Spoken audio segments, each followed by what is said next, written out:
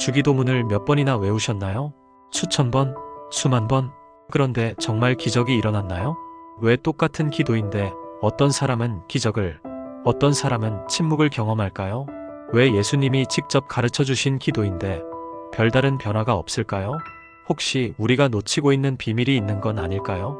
사랑하는 성도님들, 저는 지난 25년간 목회하면서 수많은 성도님들이 이런 질문을 하시는 것을 보았습니다.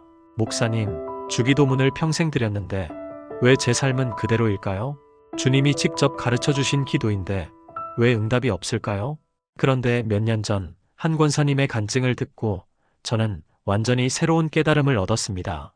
그분은 20년간 불임으로 고생하다가 주기도문을 이 방법으로 7일간 기도했는데 놀라운 일이 일어났다고 했습니다. 그 후로 저는 성경을 다시 파고들기 시작했습니다. 과연 예수님이 주기도문을 가르쳐 주실 때 어떤 마음이셨을까? 단순히 외워서 반복하라고 하신 걸까요? 아니면 각 구절마다 깊은 영적 비밀이 숨어 있는 걸까요? 그 결과 저는 놀라운 사실을 발견했습니다. 주기도문의 7구절 각각에는 우리 인생을 완전히 바꿀 수 있는 영적 열쇠가 숨어 있었습니다. 그리고 이것을 7일간 순서대로 붙들고 기도하면 정말로 기적 같은 일들이 일어나기 시작합니다. 지금까지 수백 명의 성도님들이 이 방법으로 기도하고 실제로 변화를 경험했습니다. 오늘 이 시간, 저는 여러분과 함께 주기도문에 숨겨진 7가지 놀라운 비밀을 나누고자 합니다. 혹시 하나님을 멀고 무서운 분으로 여기고 계시지는 않으신가요? 기도할 때마다 내가 이런 죄인인데 하나님이 들어주실까? 하는 마음이 드시지 않으세요? 많은 성도님들이 하나님을 심판자, 재판관으로만 생각합니다. 그래서 기도가 두렵고 죄책감에 시달리며 하나님의 사랑을 확신하지 못합니다. 마태복음 6장 9절에서 예수님께서 이렇게 말씀하십니다. 그러므로 너희는 이렇게 기도하라. 하늘에 계신 우리 아버지여. 예수님이 가장 먼저 가르쳐 주신 것은 하나님을 아버지라고 부르는 것이었습니다. 당시 유대인들은 하나님의 이름을 함부로 부르지 못했습니다. 너무 거룩하고 두려운 분이라고 생각했기 때문입니다. 그런데 예수님은 아버지라고 부르라고 하셨습니다. 히브리어로 아바인데 이는 어린아이가 아빠를 부를 때 쓰는 가장 친밀한 호칭입니다. 이것은 혁명적인 선언이었습니다. 하나님께서 우리를 자녀로 받아주셨다는 놀라운 선포였습니다. 첫째 날 기도할 때는 이렇게 시작하세요. 하늘에 계신 우리 아버지여. 이 한 구절을 천천히 깊이 묵상하며 기도하는 것입니다. 하나님이 정말로 나의 아버지시라는 것을 마음으로 받아들이세요. 완벽한 아버지, 절대 포기하지 않으시는 아버지, 무조건 사랑하시는 아버지로 고백하세요. 아버지, 저는 당신의 자녀입니다. 실수투성이지만 당신은 저를 사랑하십니다. 지난해 한 집사님이 이 기도를 드렸습니다. 그분은 평생 엄격한 아버지 밑에서 자라서 하나님도 무서운 분으로 여겼습니다. 그런데 첫째 날 하늘에 계신 우리 아버지여를 1시간 동안 반복해서 기도했습니다. 기도하다가 갑자기 눈물이 쏟아졌습니다. 아, 하나님이 정말 나의 아버지구나. 나를 사랑하시는구나. 그때부터 그분의 기도가 완전히 달라졌습니다. 두려움이 사라지고 하나님께 무엇이든 말씀드릴 수 있게 되었습니다. 종교개혁자 마르틴 루터도 같은 경험을 했습니다. 그는 젊은 시절 하나님을 무서운 심판자로만 알았습니다. 그런데 로마서를 읽다가 하나님이 아버지라는 것을 깨달았습니다. 로마서 8장 15절에서 바울이 이렇게 말합니다. 우리가 아바 아버지라 부르짖느니라. 이 말씀을 붙들고 기도할 때 그의 인생이 완전히 바뀌었습니다. 사랑하는 성도님들, 첫째 날에는 이 한 구절로만 기도하세요. 하늘에 계신 우리 아버지여. 이 고백이 마음 깊이 새겨질 때까지 반복하세요. 주님, 당신은 나의 아버지십니다. 완벽하신 아버지, 사랑이 많으신 아버지, 절대 포기하지 않으시는 아버지십니다. 이 첫 번째 비밀이 여러분의 마음에 새겨지면 기도가 의무가 아니라 특권이 됩니다. 두려움이 아니라 기쁨이 됩니다. 둘째 날에는 이름이 거룩히 여김을 받으시오며라는 구절을 붙들고 기도합니다.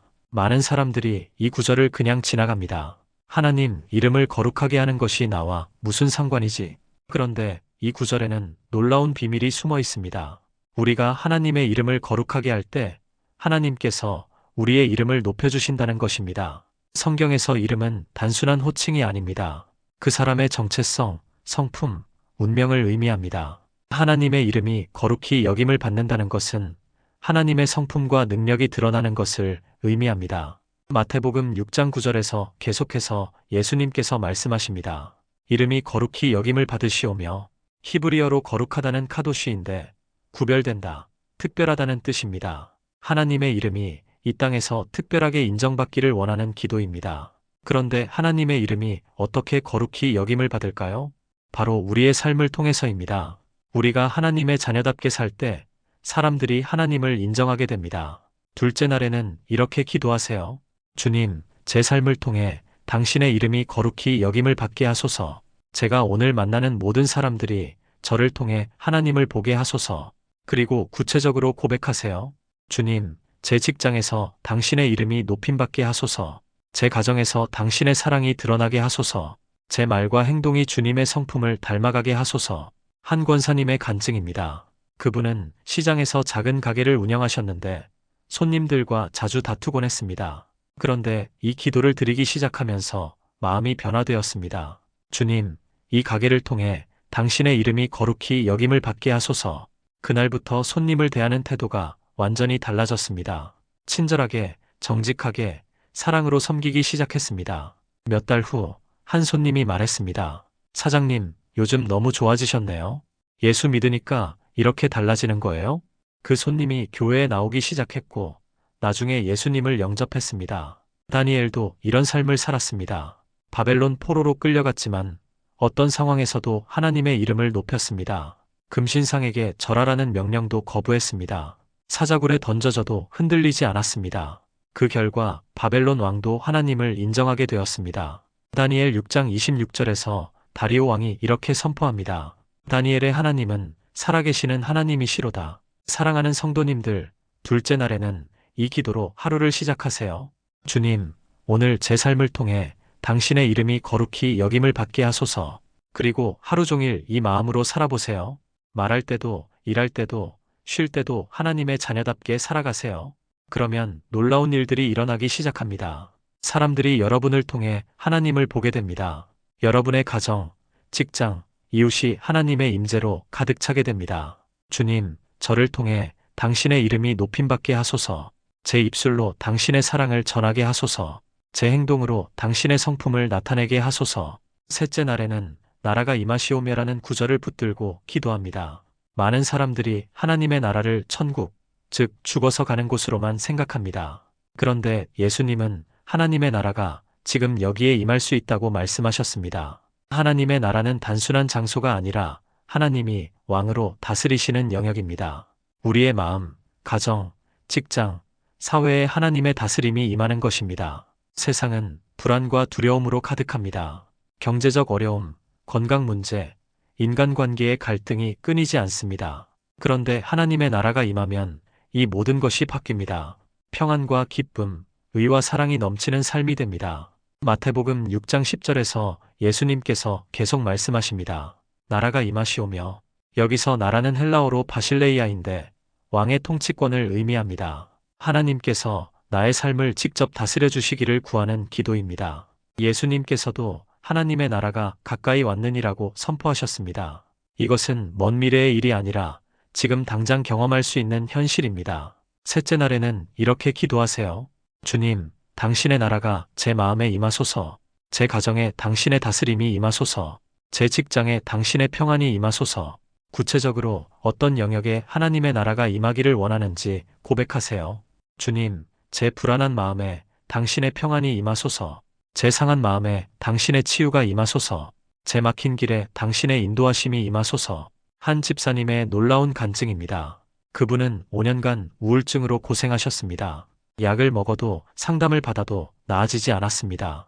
그런데 이 기도를 드리기 시작했습니다. 주님, 제 마음에 당신의 나라가 임하소서. 매일 이 기도를 드렸는데 일주일 만에 변화가 시작되었습니다. 어둠이 물러가고 빛이 들어오기 시작했습니다. 절망이 사라지고 소망이 생겨났습니다. 정말 신기해요. 하나님의 나라가 제 마음에 임했더니 우울증이 사라졌어요. 이것이 바로 하나님 나라의 능력입니다. 예수님께서 이 땅에 오셔서 하나님의 나라를 보여주셨습니다. 병든 자를 고치시고 귀신을 쫓아내시고 죽은 자를 살리셨습니다. 이것이 하나님의 나라가 임할 때 일어나는 일들입니다. 마태복음 12장 28절에서 예수님께서 말씀하십니다. 내가 하나님의 성령으로 귀신을 쫓아내는 것이면 하나님의 나라가 이미 너희에게 임하였느니라. 사도 바울도 하나님의 나라를 이렇게 설명했습니다. 로마서 14장 17절 말씀입니다. 하나님의 나라는 먹는 것과 마시는 것이 아니요 오직 성령 안에서 의와 평강과 희락이라. 하나님의 나라가 임하면 의로움이 세워집니다. 평강이 넘치고 기쁨이 충만해집니다. 사랑하는 성도님들, 셋째 날에는 여러분의 삶의 모든 영역에 하나님의 나라가 임하기를 구하세요.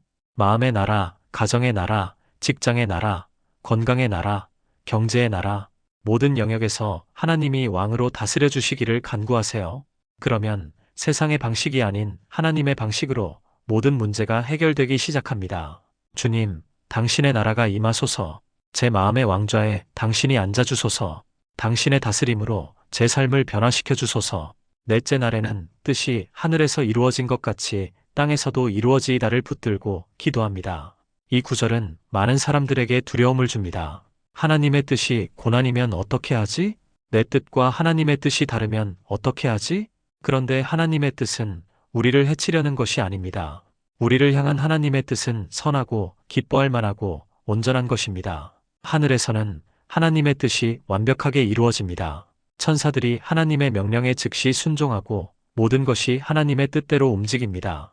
그런데 이 땅에서는 어떻습니까? 사람들이 자기 뜻대로 살려고 하고 하나님의 뜻을 거부합니다. 그래서 혼란과 고통이 일어납니다. 마태복음 6장 10절에서 주기도문이 계속 이어집니다. 뜻이 하늘에서 이루어진 것 같이 땅에서도 이루어지이다. 이 기도는 하나님의 뜻이 이 땅에서도 완전히 이루어지기를 구하는 것입니다. 그리고 그 시작은 바로 나 자신부터입니다. 내 삶에서 하나님의 뜻이 이루어질 때 하늘의 축복이 이 땅에 임합니다. 하나님의 뜻을 아는 것이 먼저 중요합니다. 로마서 12장 2절에서 바울이 이렇게 권합니다. 너희는 이 세대를 본받지 말고 오직 마음을 새롭게 함으로 변화를 받아 하나님의 선하시고 기뻐하시고 온전하신 뜻이 무엇인지 분별하도록 하라. 하나님의 뜻은 항상 선하시고 기뻐할 만하고 온전합니다. 우리를 망하게 하려는 뜻이 아니라 복주려는 뜻입니다. 넷째 날에는 이렇게 기도하세요. 주님, 당신의 뜻을 알게 해주소서. 제 뜻을 내려놓고 당신의 뜻에 순종하게 하소서. 하늘에서 이루어진 것처럼 제 삶에서도 당신의 뜻이 이루어지게 하소서. 한 청년의 간증입니다. 그는 대기업 취업을 꿈꾸며 몇 년간 준비했습니다. 그런데 계속 떨어졌고 좌절감이 컸습니다. 그때 이 기도를 드렸습니다. 주님, 제 뜻을 내려놓습니다. 당신의 뜻이 이루어지게 하소서. 그 후 우연히 작은 사회적 기업에 취업하게 되었습니다. 처음에는 실망했지만 시간이 지나면서 그곳이 하나님이 준비하신 곳임을 알았습니다. 그 회사에서 많은 사람들을 도울 수 있었고 하나님의 사랑을 전할 수 있었습니다. 정말 하나님의 뜻이 제 뜻보다 훨씬 좋았어요. 예수님도 이 기도를 드리셨습니다. 겟세마네 동산에서 십자가를 앞두고 기도하실 때였습니다. 마가복음 14장 36절에서 예수님께서 이렇게 기도하십니다. 아바 아버지여, 아버지께는 모든 것이 가능하오니 이 잔을 내게서 옮기시옵소서. 그러나 나의 원대로 마시옵고 아버지의 원대로 하옵소서. 예수님도 인간으로서 고난을 피하고 싶은 마음이 있으셨습니다. 하지만 결국 아버지의 뜻에 순종하셨습니다. 그 순종을 통해 온 인류의 구원이 이루어졌습니다. 다니엘의 세 친구들도 마찬가지였습니다. 금신상에게 절하라는 명령을 거부했을 때 이렇게 말했습니다.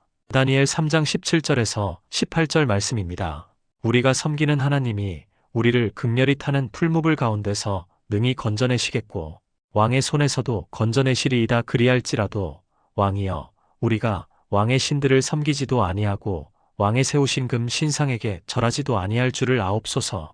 그리할지라도라는 고백이 놀랍습니다. 하나님이 구원해 주시든 그렇지 않든 하나님의 뜻에 순종하겠다는 결단이었습니다. 그 결과 하나님께서 그들을 불 가운데서 건져내셨습니다. 사랑하는 성도님들, 넷째 날에는 여러분의 모든 계획과 꿈을 하나님께 맡기세요. 내 뜻보다 하나님의 뜻을 우선으로 두세요. 그러면 하나님께서 여러분이 생각지도 못한 놀라운 길을 열어주실 것입니다. 주님, 제 뜻을 내려놓습니다. 당신의 뜻이 제 삶에서 완전히 이루어지게 하소서. 하늘에서 이루어진 것처럼 이 땅에서도 당신의 뜻이 이루어지게 하소서. 다섯째 날에는 오늘 우리에게 일용할 양식을 주시옵고를 붙들고 기도합니다. 많은 사람들이 이 구절을 단순히 음식만을 위한 기도로 생각합니다. 하지만 일용할 양식은 우리 삶에 필요한 모든 것을 의미합니다. 육체적인 필요뿐만 아니라 영적인 필요, 정서적인 필요까지 포함됩니다. 현대 사회는 불안과 걱정으로 가득합니다. 내일은 어떻게 될까? 돈이 부족하면 어떻게 하지? 건강이 나빠지면 어떻게 하지? 미래에 대한 걱정으로 오늘을 제대로 살지 못합니다.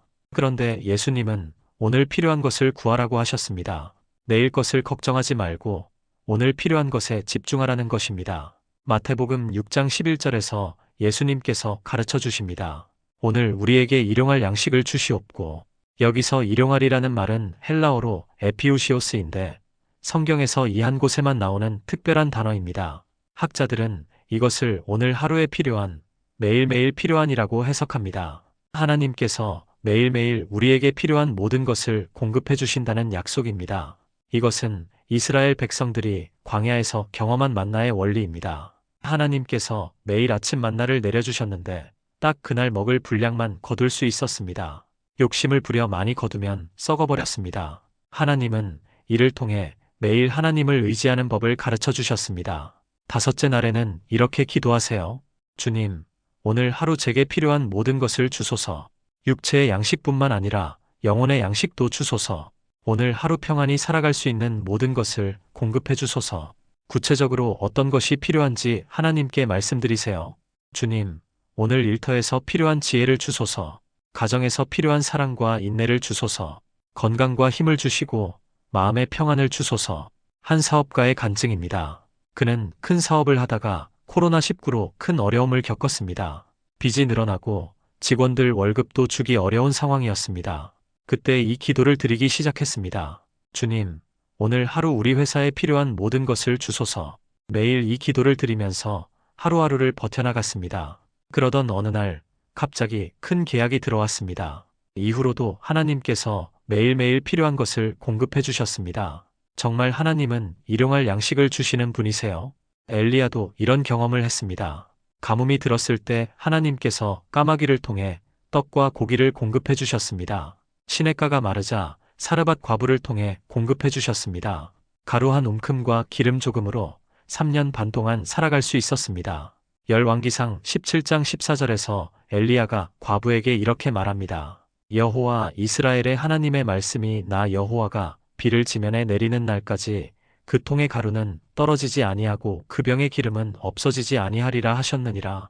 하나님은 신실하신 공급자이십니다. 사도 바울도 이것을 확신했습니다.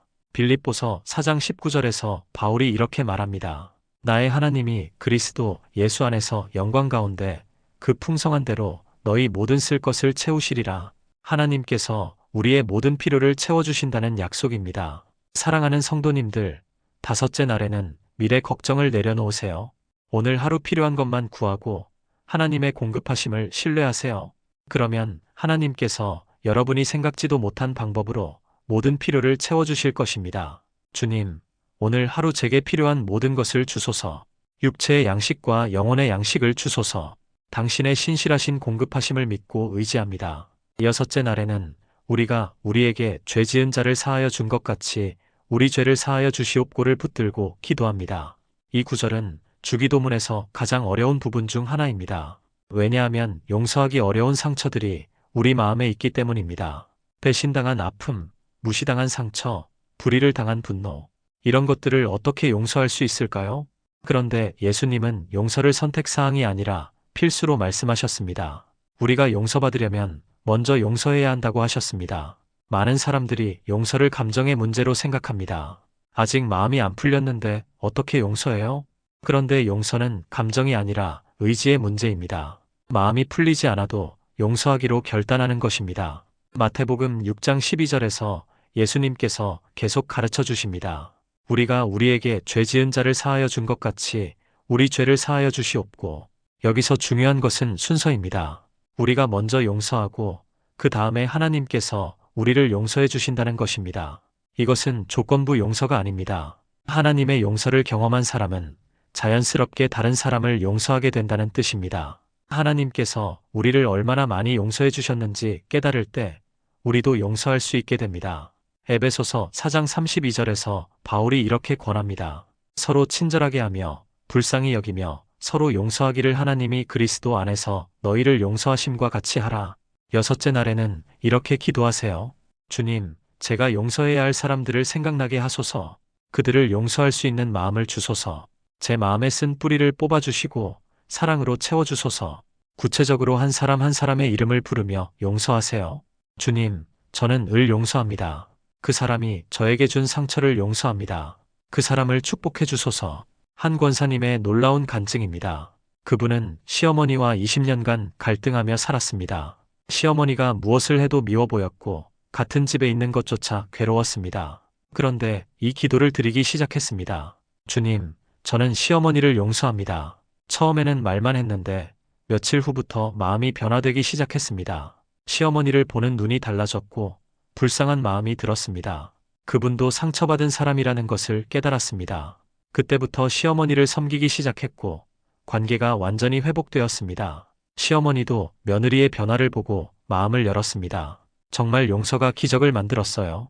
요셉도 이런 용서를 경험했습니다. 형들에게 배신당해 애굽의 노예로 팔려갔지만 결국 그들을 용서했습니다. 창세기 50장 20절에서 요셉이 형들에게 이렇게 말합니다. 당신들은 나를 해하려 하였으나 하나님은 그것을 선으로 바꾸사 오늘과 같이 많은 백성의 생명을 구원하게 하시려 하셨나니 형들을 용서했을 뿐만 아니라 하나님의 계획이었다고 고백했습니다. 이것이 진정한 용서입니다. 스데반 집사도 돌에 맞아 죽으면서 이렇게 기도했습니다. 사도행전 7장 60절에서 스데반이 이렇게 외칩니다. 주여 이 죄를 그들에게 돌리지 마옵소서. 원수를 위해 기도하는 것, 이것이 그리스도인의 용서입니다. 용서는 상대방을 위한 것이기도 하지만 무엇보다 나 자신을 위한 것입니다. 미움과 분노는 독과 같아서 자신을 더 아프게 합니다. 용서는 그 독을 빼내는 해독제입니다. 사랑하는 성도님들, 여섯째 날에는 마음에 담아둔 모든 상처와 원망을 내려놓으세요. 용서하기 어려운 사람들을 위해 기도하세요. 그러면 하나님께서 여러분의 마음을 치유하시고 새로운 관계를 만들어 주실 것입니다. 주님, 저를 상처 준 모든 사람들을 용서합니다. 그들을 축복해 주시고 저의 마음도 치유해 주소서. 용서의 기적이 제 삶에 일어나게 하소서. 일곱째 날에는 우리를 시험에 들게 하지 마시옵고 다만 악에서 구하시옵소서를 붙들고 기도합니다. 이 구절은 우리의 연약함을 인정하는 겸손한 기도입니다. 나는 강하다. 나는 넘어지지 않는다가 아니라 나는 연약하니 도와주세요라는 고백입니다. 세상에는 우리를 넘어뜨리려는 많은 시험들이 있습니다. 돈의 유혹, 권력의 유혹, 정욕의 유혹, 분노와 시기, 교만과 미움의 시험, 우리 힘으로는 이길 수 없는 강력한 유혹들입니다. 그런데 예수님은 이런 시험에 들지 않도록 기도하라고 하셨습니다. 시험에 든 후에 이기려고 하지 말고 아예 시험에 들지 않도록 미리 기도하라는 것입니다. 마태복음 6장 13절에서 주기도문이 마무리됩니다. 우리를 시험에 들게 하지 마시옵고 다만 악에서 구하시옵소서. 여기서 시험은 헬라어로 페이라스모스인데 시험, 유혹, 시련이라는 뜻입니다. 하나님이 우리를 시험하시는 것이 아니라 사탄이 우리를 유혹하는 것을 막아달라는 기도입니다. 야고보서에서도 이렇게 말합니다. 야고보서 1장 13절에서 야고보가 분명히 말합니다. 사람이 시험을 받을 때에 내가 하나님께 시험을 받는다 하지 말지니 하나님은 악에게 시험을 받지도 아니하시고 친히 아무도 시험하지 아니하시느니라. 하나님은 우리가 넘어지기를 원하지 않으시고 승리하기를 원하십니다. 일곱째 날에는 이렇게 기도하세요. 주님, 오늘 저를 시험에 들게 하지 마소서. 제가 연약한 곳을 아시니 그곳을 지켜주소서. 악한 세력에서 저와 제 가족을 보호해 주소서. 구체적으로 어떤 시험에서 보호받고 싶은지 고백하세요. 주님, 제가 화내지 않도록 도와주소서. 유혹에 넘어가지 않도록 지켜주소서. 악한 생각이 들어오지 못하게 막아주소서. 한 청년의 간증입니다. 그는 인터넷 게임에 중독되어 학업도 신앙생활도 제대로 하지 못했습니다. 끊으려고 해도 계속 실패했습니다.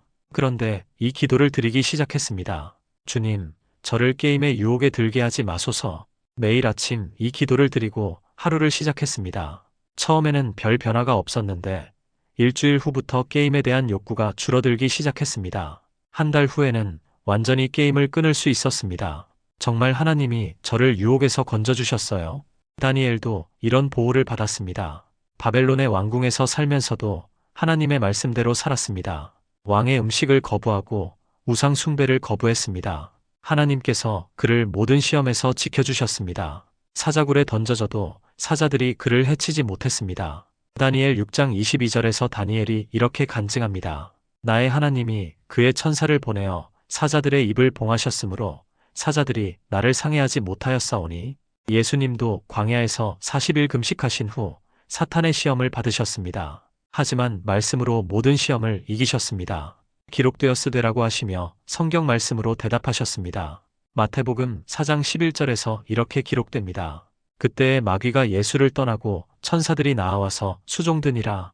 우리도 말씀으로 무장할 때 모든 시험을 이길 수 있습니다. 사도 바울은 이렇게 격려했습니다. 고린도전서 10장 13절에서 바울이 약속합니다. 사람이 감당할 시험 밖에는 너희가 당한 것이 없나니 오직 하나님은 미쁘사 너희가 감당하지 못할 시험당함을 허락하지 아니하시고 시험당할 즈음에 또한 피할 길을 내사 너희로 능히 감당하게 하시느니라.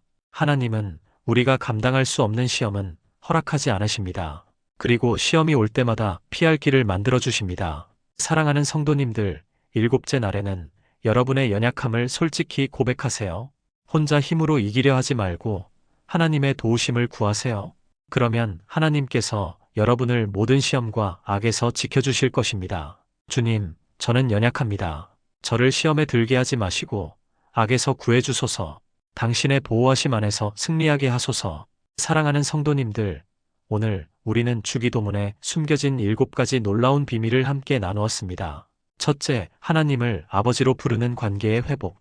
둘째, 우리 삶을 통해 하나님의 이름이 거룩히 여김받는 삶. 셋째, 하나님의 나라가 우리 삶에 임하는 축복.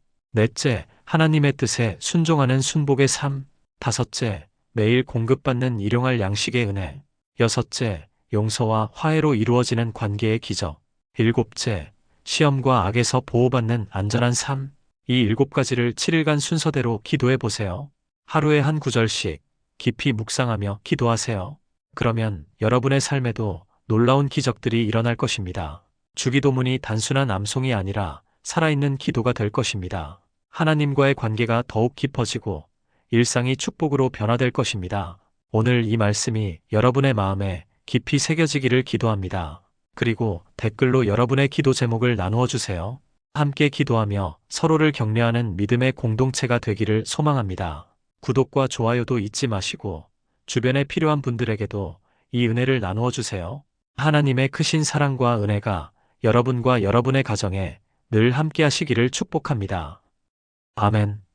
주기도문을 몇 번이나 외우셨나요? 수천 번? 수만 번? 그런데 정말 기적이 일어났나요? 왜 똑같은 기도인데 어떤 사람은 기적을, 어떤 사람은 침묵을 경험할까요? 왜 예수님이 직접 가르쳐 주신 기도인데 별다른 변화가 없을까요? 혹시 우리가 놓치고 있는 비밀이 있는 건 아닐까요?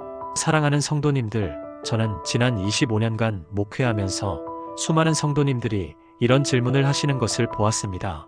목사님, 주기도문을 평생 드렸는데 왜 제 삶은 그대로일까요? 주님이 직접 가르쳐 주신 기도인데 왜 응답이 없을까요? 그런데 몇 년 전 한 권사님의 간증을 듣고 저는 완전히 새로운 깨달음을 얻었습니다.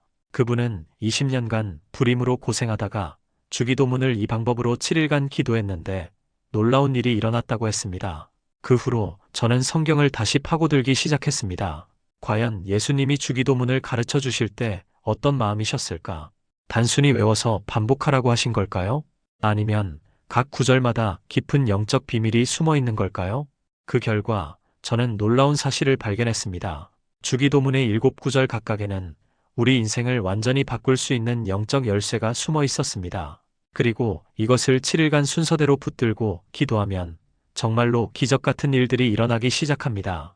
지금까지 수백 명의 성도님들이 이 방법으로 기도하고 실제로 변화를 경험했습니다. 오늘 이 시간, 저는 여러분과 함께 주기도문에 숨겨진 7가지 놀라운 비밀을 나누고자 합니다. 혹시 하나님을 멀고 무서운 분으로 여기고 계시지는 않으신가요? 기도할 때마다 내가 이런 죄인인데 하나님이 들어주실까? 하는 마음이 드시지 않으세요? 많은 성도님들이 하나님을 심판자, 재판관으로만 생각합니다. 그래서 기도가 두렵고 죄책감에 시달리며 하나님의 사랑을 확신하지 못합니다. 마태복음 6장 9절에서 예수님께서 이렇게 말씀하십니다. 그러므로 너희는 이렇게 기도하라. 하늘에 계신 우리 아버지여.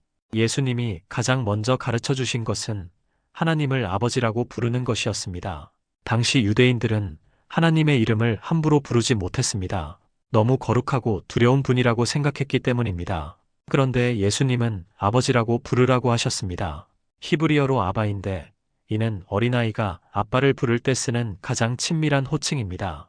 이것은 혁명적인 선언이었습니다. 하나님께서 우리를 자녀로 받아주셨다는 놀라운 선포였습니다. 첫째 날 기도할 때는 이렇게 시작하세요. 하늘에 계신 우리 아버지여. 이 한 구절을 천천히 깊이 묵상하며 기도하는 것입니다. 하나님이 정말로 나의 아버지시라는 것을 마음으로 받아들이세요. 완벽한 아버지, 절대 포기하지 않으시는 아버지, 무조건 사랑하시는 아버지로 고백하세요.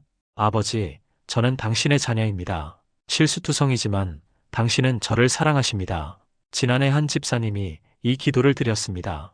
그분은 평생 엄격한 아버지 밑에서 자라서 하나님도 무서운 분으로 여겼습니다. 그런데 첫째 날 하늘에 계신 우리 아버지여를 1시간 동안 반복해서 기도했습니다. 기도하다가 갑자기 눈물이 쏟아졌습니다. 아, 하나님이 정말 나의 아버지구나. 나를 사랑하시는구나. 그때부터 그분의 기도가 완전히 달라졌습니다. 두려움이 사라지고 하나님께 무엇이든 말씀드릴 수 있게 되었습니다. 종교개혁자 마르틴 루터도 같은 경험을 했습니다. 그는 젊은 시절 하나님을 무서운 심판자로만 알았습니다. 그런데 로마서를 읽다가 하나님이 아버지라는 것을 깨달았습니다.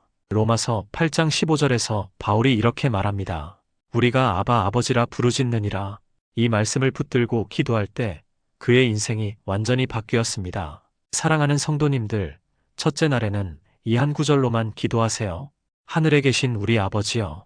이 고백이 마음 깊이 새겨질 때까지 반복하세요. 주님, 당신은 나의 아버지십니다. 완벽하신 아버지, 사랑이 많으신 아버지, 절대 포기하지 않으시는 아버지십니다.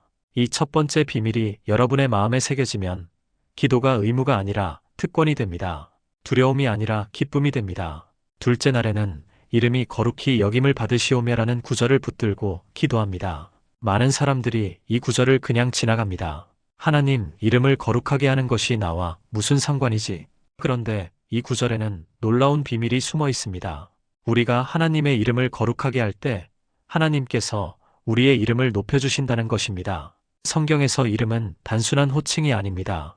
그 사람의 정체성, 성품, 운명을 의미합니다. 하나님의 이름이 거룩히 여김을 받는다는 것은 하나님의 성품과 능력이 드러나는 것을 의미합니다. 마태복음 6장 9절에서 계속해서 예수님께서 말씀하십니다. 이름이 거룩히 여김을 받으시오며 히브리어로 거룩하다는 카도시인데 구별된다, 특별하다는 뜻입니다. 하나님의 이름이 이 땅에서 특별하게 인정받기를 원하는 기도입니다. 그런데 하나님의 이름이 어떻게 거룩히 여김을 받을까요? 바로 우리의 삶을 통해서입니다. 우리가 하나님의 자녀답게 살 때 사람들이 하나님을 인정하게 됩니다. 둘째 날에는 이렇게 기도하세요. 주님, 제 삶을 통해 당신의 이름이 거룩히 여김을 받게 하소서. 제가 오늘 만나는 모든 사람들이 저를 통해 하나님을 보게 하소서. 그리고 구체적으로 고백하세요. 주님, 제 직장에서 당신의 이름이 높임받게 하소서. 제 가정에서 당신의 사랑이 드러나게 하소서. 제 말과 행동이 주님의 성품을 닮아가게 하소서. 한 권사님의 간증입니다. 그분은 시장에서 작은 가게를 운영하셨는데 손님들과 자주 다투곤 했습니다. 그런데 이 기도를 드리기 시작하면서 마음이 변화되었습니다. 주님, 이 가게를 통해 당신의 이름이 거룩히 여김을 받게 하소서. 그날부터 손님을 대하는 태도가 완전히 달라졌습니다. 친절하게, 정직하게, 사랑으로 섬기기 시작했습니다. 몇 달 후 한 손님이 말했습니다. 사장님, 요즘 너무 좋아지셨네요. 예수 믿으니까 이렇게 달라지는 거예요? 그 손님이 교회에 나오기 시작했고 나중에 예수님을 영접했습니다. 다니엘도 이런 삶을 살았습니다. 바벨론 포로로 끌려갔지만 어떤 상황에서도 하나님의 이름을 높였습니다. 금신상에게 절하라는 명령도 거부했습니다. 사자굴에 던져져도 흔들리지 않았습니다. 그 결과 바벨론 왕도 하나님을 인정하게 되었습니다. 다니엘 6장 26절에서 다리오 왕이 이렇게 선포합니다. 다니엘의 하나님은 살아계시는 하나님이시로다. 사랑하는 성도님들, 둘째 날에는 이 기도로 하루를 시작하세요. 주님, 오늘 제 삶을 통해 당신의 이름이 거룩히 여김을 받게 하소서. 그리고 하루 종일 이 마음으로 살아보세요. 말할 때도, 일할 때도, 쉴 때도 하나님의 자녀답게 살아가세요. 그러면 놀라운 일들이 일어나기 시작합니다. 사람들이 여러분을 통해 하나님을 보게 됩니다. 여러분의 가정, 직장, 이웃이 하나님의 임재로 가득 차게 됩니다. 주님, 저를 통해 당신의 이름이 높임받게 하소서. 제 입술로 당신의 사랑을 전하게 하소서. 제 행동으로 당신의 성품을 나타내게 하소서. 셋째 날에는 나라가 임하시오며라는 구절을 붙들고 기도합니다. 많은 사람들이 하나님의 나라를 천국, 즉 죽어서 가는 곳으로만 생각합니다. 그런데 예수님은 하나님의 나라가 지금 여기에 임할 수 있다고 말씀하셨습니다. 하나님의 나라는 단순한 장소가 아니라 하나님이 왕으로 다스리시는 영역입니다. 우리의 마음, 가정, 직장, 사회에 하나님의 다스림이 임하는 것입니다. 세상은 불안과 두려움으로 가득합니다. 경제적 어려움, 건강 문제, 인간관계의 갈등이 끊이지 않습니다. 그런데 하나님의 나라가 임하면 이 모든 것이 바뀝니다. 평안과 기쁨, 의와 사랑이 넘치는 삶이 됩니다. 마태복음 6장 10절에서 예수님께서 계속 말씀하십니다.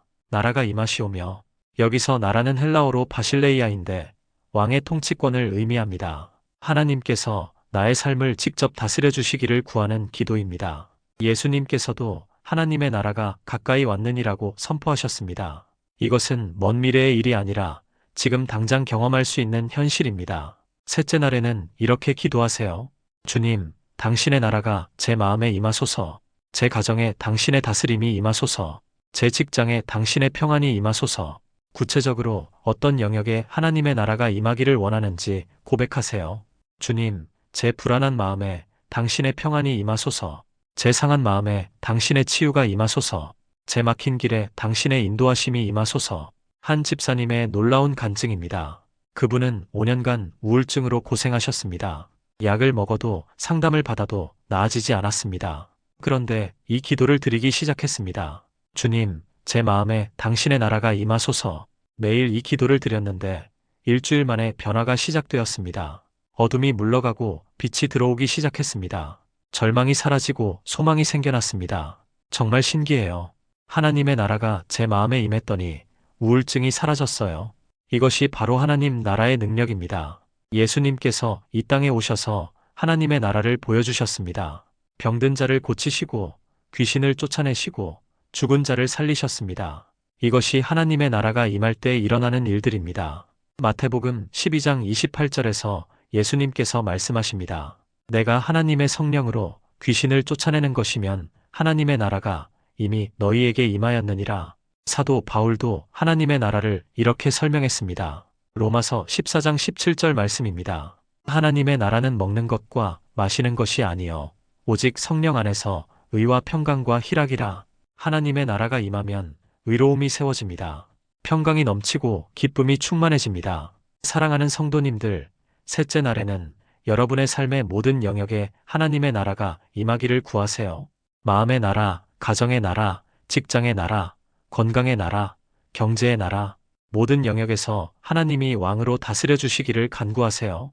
그러면 세상의 방식이 아닌 하나님의 방식으로 모든 문제가 해결되기 시작합니다. 주님, 당신의 나라가 임하소서. 제 마음의 왕좌에 당신이 앉아주소서. 당신의 다스림으로 제 삶을 변화시켜 주소서. 넷째 날에는 뜻이 하늘에서 이루어진 것 같이 땅에서도 이루어지이다를 붙들고 기도합니다. 이 구절은 많은 사람들에게 두려움을 줍니다. 하나님의 뜻이 고난이면 어떻게 하지? 내 뜻과 하나님의 뜻이 다르면 어떻게 하지? 그런데 하나님의 뜻은 우리를 해치려는 것이 아닙니다.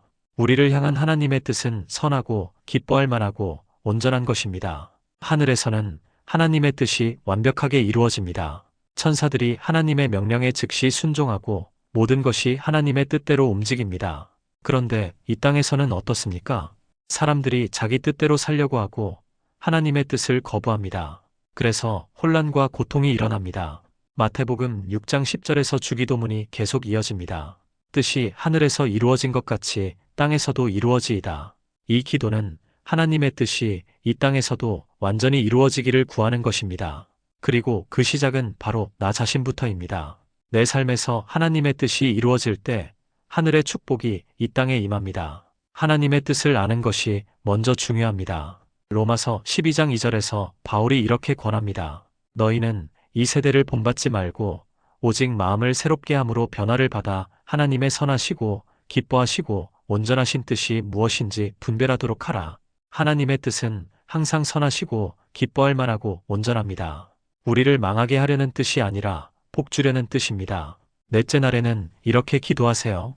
주님, 당신의 뜻을 알게 해주소서. 제 뜻을 내려놓고 당신의 뜻에 순종하게 하소서. 하늘에서 이루어진 것처럼 제 삶에서도 당신의 뜻이 이루어지게 하소서.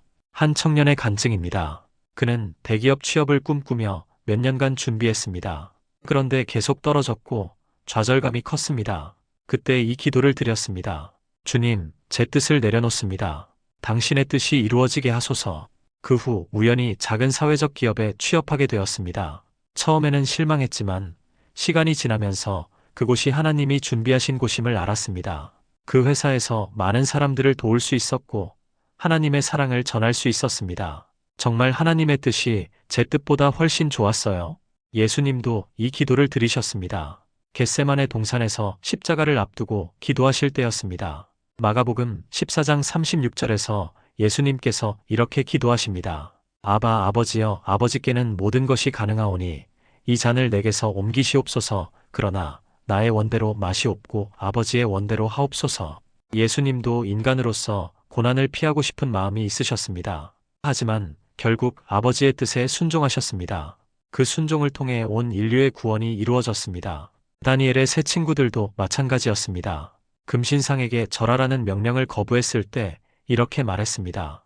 다니엘 3장 17절에서 18절 말씀입니다. 우리가 섬기는 하나님이 우리를 극렬히 타는 풀무불 가운데서 능히 건져내시겠고 왕의 손에서도 건져내시리이다. 그리할지라도 왕이여, 우리가 왕의 신들을 섬기지도 아니하고 왕의 세우신 금 신상에게 절하지도 아니할 줄을 아옵소서. 그리할지라도라는 고백이 놀랍습니다. 하나님이 구원해 주시든 그렇지 않든 하나님의 뜻에 순종하겠다는 결단이었습니다. 그 결과 하나님께서 그들을 불 가운데서 건져내셨습니다. 사랑하는 성도님들, 넷째 날에는 여러분의 모든 계획과 꿈을 하나님께 맡기세요. 내 뜻보다 하나님의 뜻을 우선으로 두세요. 그러면 하나님께서 여러분이 생각지도 못한 놀라운 길을 열어주실 것입니다. 주님, 제 뜻을 내려놓습니다. 당신의 뜻이 제 삶에서 완전히 이루어지게 하소서. 하늘에서 이루어진 것처럼 이 땅에서도 당신의 뜻이 이루어지게 하소서. 다섯째 날에는 오늘 우리에게 일용할 양식을 주시옵고를 붙들고 기도합니다. 많은 사람들이 이 구절을 단순히 음식만을 위한 기도로 생각합니다. 하지만 일용할 양식은 우리 삶에 필요한 모든 것을 의미합니다. 육체적인 필요뿐만 아니라 영적인 필요, 정서적인 필요까지 포함됩니다. 현대 사회는 불안과 걱정으로 가득합니다. 내일은 어떻게 될까? 돈이 부족하면 어떻게 하지? 건강이 나빠지면 어떻게 하지? 미래에 대한 걱정으로 오늘을 제대로 살지 못합니다. 그런데 예수님은 오늘 필요한 것을 구하라고 하셨습니다. 내일 것을 걱정하지 말고 오늘 필요한 것에 집중하라는 것입니다. 마태복음 6장 11절에서 예수님께서 가르쳐 주십니다. 오늘 우리에게 일용할 양식을 주시옵고. 여기서 일용할이라는 말은 헬라어로 에피우시오스인데 성경에서 이 한 곳에만 나오는 특별한 단어입니다. 학자들은 이것을 오늘 하루에 필요한, 매일매일 필요한이라고 해석합니다. 하나님께서 매일매일 우리에게 필요한 모든 것을 공급해 주신다는 약속입니다. 이것은 이스라엘 백성들이 광야에서 경험한 만나의 원리입니다. 하나님께서 매일 아침 만나를 내려주셨는데 딱 그날 먹을 분량만 거둘 수 있었습니다. 욕심을 부려 많이 거두면 썩어버렸습니다. 하나님은 이를 통해 매일 하나님을 의지하는 법을 가르쳐 주셨습니다. 다섯째 날에는 이렇게 기도하세요. 주님, 오늘 하루 제게 필요한 모든 것을 주소서. 육체의 양식뿐만 아니라 영혼의 양식도 주소서. 오늘 하루 평안히 살아갈 수 있는 모든 것을 공급해 주소서. 구체적으로 어떤 것이 필요한지 하나님께 말씀드리세요. 주님, 오늘 일터에서 필요한 지혜를 주소서. 가정에서 필요한 사랑과 인내를 주소서. 건강과 힘을 주시고 마음의 평안을 주소서. 한 사업가의 간증입니다. 그는 큰 사업을 하다가 코로나19로 큰 어려움을 겪었습니다. 빚이 늘어나고 직원들 월급도 주기 어려운 상황이었습니다. 그때 이 기도를 드리기 시작했습니다. 주님, 오늘 하루 우리 회사에 필요한 모든 것을 주소서. 매일 이 기도를 드리면서 하루하루를 버텨나갔습니다. 그러던 어느 날 갑자기 큰 계약이 들어왔습니다. 이후로도 하나님께서 매일매일 필요한 것을 공급해 주셨습니다. 정말 하나님은 일용할 양식을 주시는 분이세요. 엘리야도 이런 경험을 했습니다. 가뭄이 들었을 때 하나님께서 까마귀를 통해 떡과 고기를 공급해 주셨습니다. 시냇가가 마르자 사르밧 과부를 통해 공급해 주셨습니다. 가루 한 움큼과 기름 조금으로 3년 반 동안 살아갈 수 있었습니다. 열왕기상 17장 14절에서 엘리야가 과부에게 이렇게 말합니다. 여호와 이스라엘의 하나님의 말씀이 나 여호와가 비를 지면에 내리는 날까지 그 통의 가루는 떨어지지 아니하고 그 병의 기름은 없어지지 아니하리라 하셨느니라. 하나님은 신실하신 공급자이십니다. 사도 바울도 이것을 확신했습니다. 빌립보서 4장 19절에서 바울이 이렇게 말합니다. 나의 하나님이 그리스도 예수 안에서 영광 가운데 그 풍성한 대로 너희 모든 쓸 것을 채우시리라. 하나님께서 우리의 모든 필요를 채워주신다는 약속입니다. 사랑하는 성도님들, 다섯째 날에는 미래 걱정을 내려놓으세요. 오늘 하루 필요한 것만 구하고 하나님의 공급하심을 신뢰하세요. 그러면 하나님께서 여러분이 생각지도 못한 방법으로 모든 필요를 채워주실 것입니다. 주님, 오늘 하루 제게 필요한 모든 것을 주소서. 육체의 양식과 영혼의 양식을 주소서. 당신의 신실하신 공급하심을 믿고 의지합니다. 여섯째 날에는 우리가 우리에게 죄 지은 자를 사하여 준 것 같이 우리 죄를 사하여 주시옵고를 붙들고 기도합니다. 이 구절은 주기도문에서 가장 어려운 부분 중 하나입니다. 왜냐하면 용서하기 어려운 상처들이 우리 마음에 있기 때문입니다. 배신당한 아픔, 무시당한 상처, 불의를 당한 분노, 이런 것들을 어떻게 용서할 수 있을까요? 그런데 예수님은 용서를 선택사항이 아니라 필수로 말씀하셨습니다. 우리가 용서받으려면 먼저 용서해야 한다고 하셨습니다. 많은 사람들이 용서를 감정의 문제로 생각합니다. 아직 마음이 안 풀렸는데 어떻게 용서해요? 그런데 용서는 감정이 아니라 의지의 문제입니다. 마음이 풀리지 않아도 용서하기로 결단하는 것입니다. 마태복음 6장 12절에서 예수님께서 계속 가르쳐 주십니다. 우리가 우리에게 죄 지은 자를 사하여 준 것 같이 우리 죄를 사하여 주시옵고. 여기서 중요한 것은 순서입니다. 우리가 먼저 용서하고 그 다음에 하나님께서 우리를 용서해 주신다는 것입니다. 이것은 조건부 용서가 아닙니다. 하나님의 용서를 경험한 사람은 자연스럽게 다른 사람을 용서하게 된다는 뜻입니다. 하나님께서 우리를 얼마나 많이 용서해 주셨는지 깨달을 때 우리도 용서할 수 있게 됩니다. 에베소서 4장 32절에서 바울이 이렇게 권합니다. 서로 친절하게 하며 불쌍히 여기며 서로 용서하기를 하나님이 그리스도 안에서 너희를 용서하심과 같이 하라. 여섯째 날에는 이렇게 기도하세요.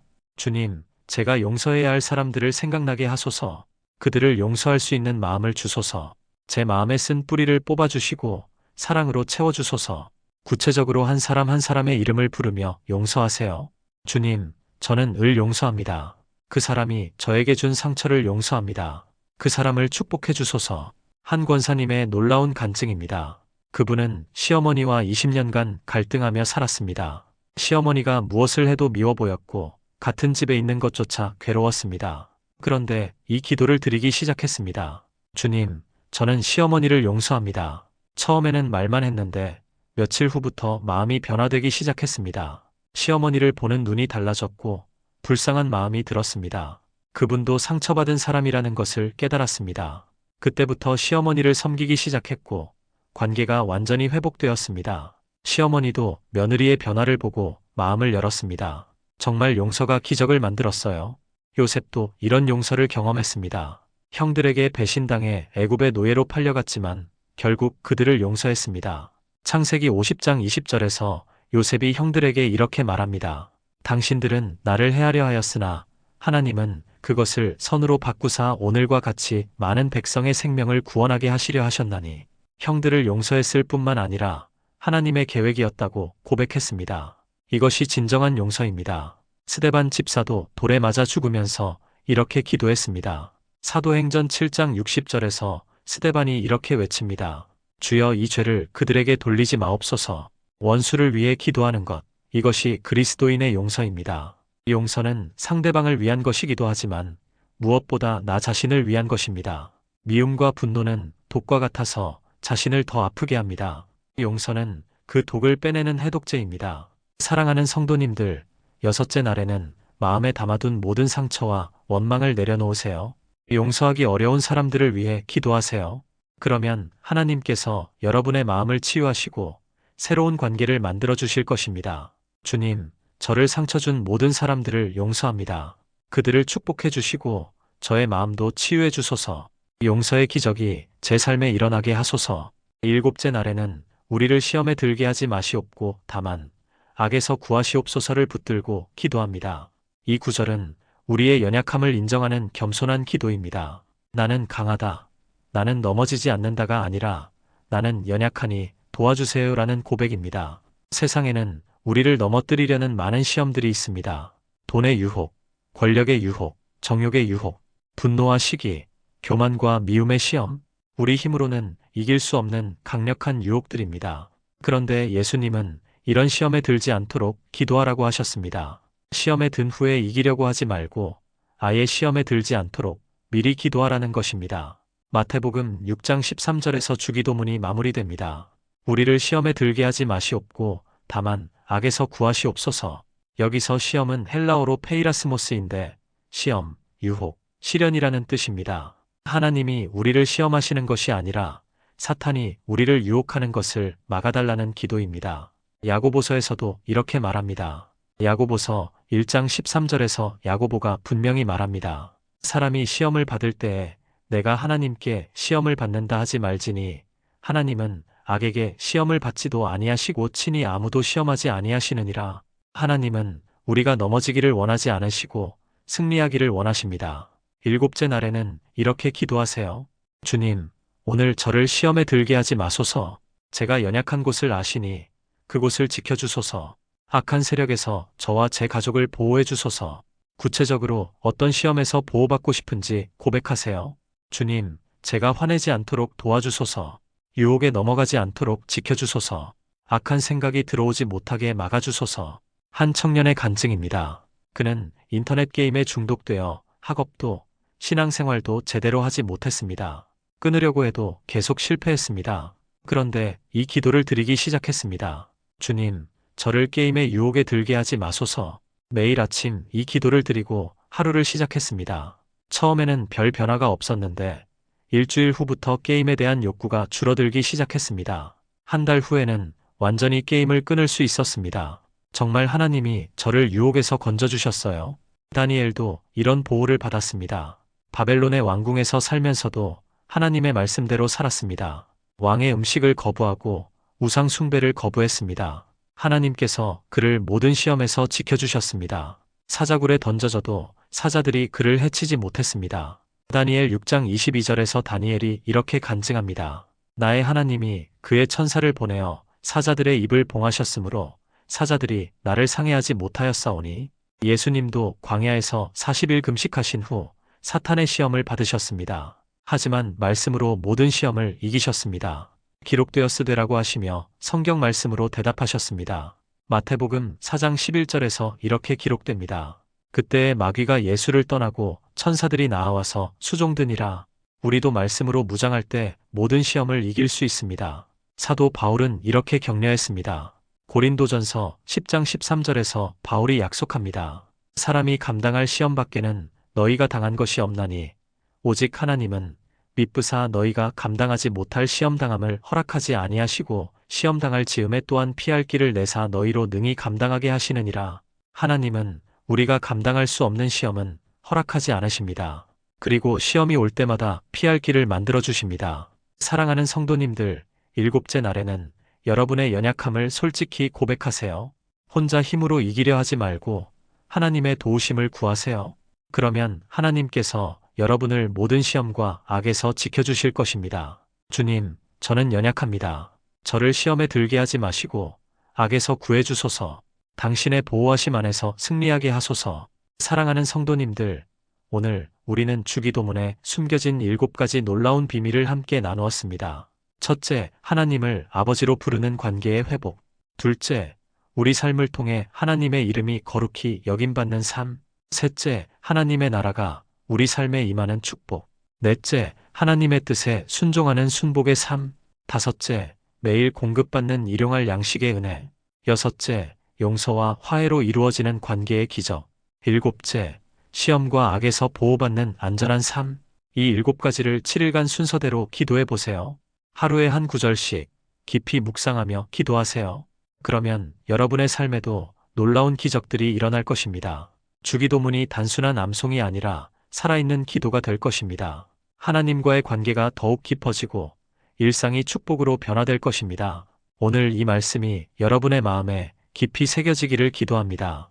그리고 댓글로 여러분의 기도 제목을 나누어 주세요. 함께 기도하며 서로를 격려하는 믿음의 공동체가 되기를 소망합니다. 구독과 좋아요도 잊지 마시고 주변에 필요한 분들에게도 이 은혜를 나누어 주세요. 하나님의 크신 사랑과 은혜가 여러분과 여러분의 가정에 늘 함께 하시기를 축복합니다. 아멘. 주기도문을 몇 번이나 외우셨나요? 수천 번? 수만 번? 그런데 정말 기적이 일어났나요? 왜 똑같은 기도인데 어떤 사람은 기적을, 어떤 사람은 침묵을 경험할까요? 왜 예수님이 직접 가르쳐 주신 기도인데 별다른 변화가 없을까요? 혹시 우리가 놓치고 있는 비밀이 있는 건 아닐까요? 사랑하는 성도님들, 저는 지난 25년간 목회하면서 수많은 성도님들이 이런 질문을 하시는 것을 보았습니다. 목사님, 주기도문을 평생 드렸는데 왜 제 삶은 그대로일까요? 주님이 직접 가르쳐 주신 기도인데 왜 응답이 없을까요? 그런데 몇 년 전 한 권사님의 간증을 듣고 저는 완전히 새로운 깨달음을 얻었습니다. 그분은 20년간 불임으로 고생하다가 주기도문을 이 방법으로 7일간 기도했는데 놀라운 일이 일어났다고 했습니다. 그 후로 저는 성경을 다시 파고들기 시작했습니다. 과연 예수님이 주기도문을 가르쳐 주실 때 어떤 마음이셨을까? 단순히 외워서 반복하라고 하신 걸까요?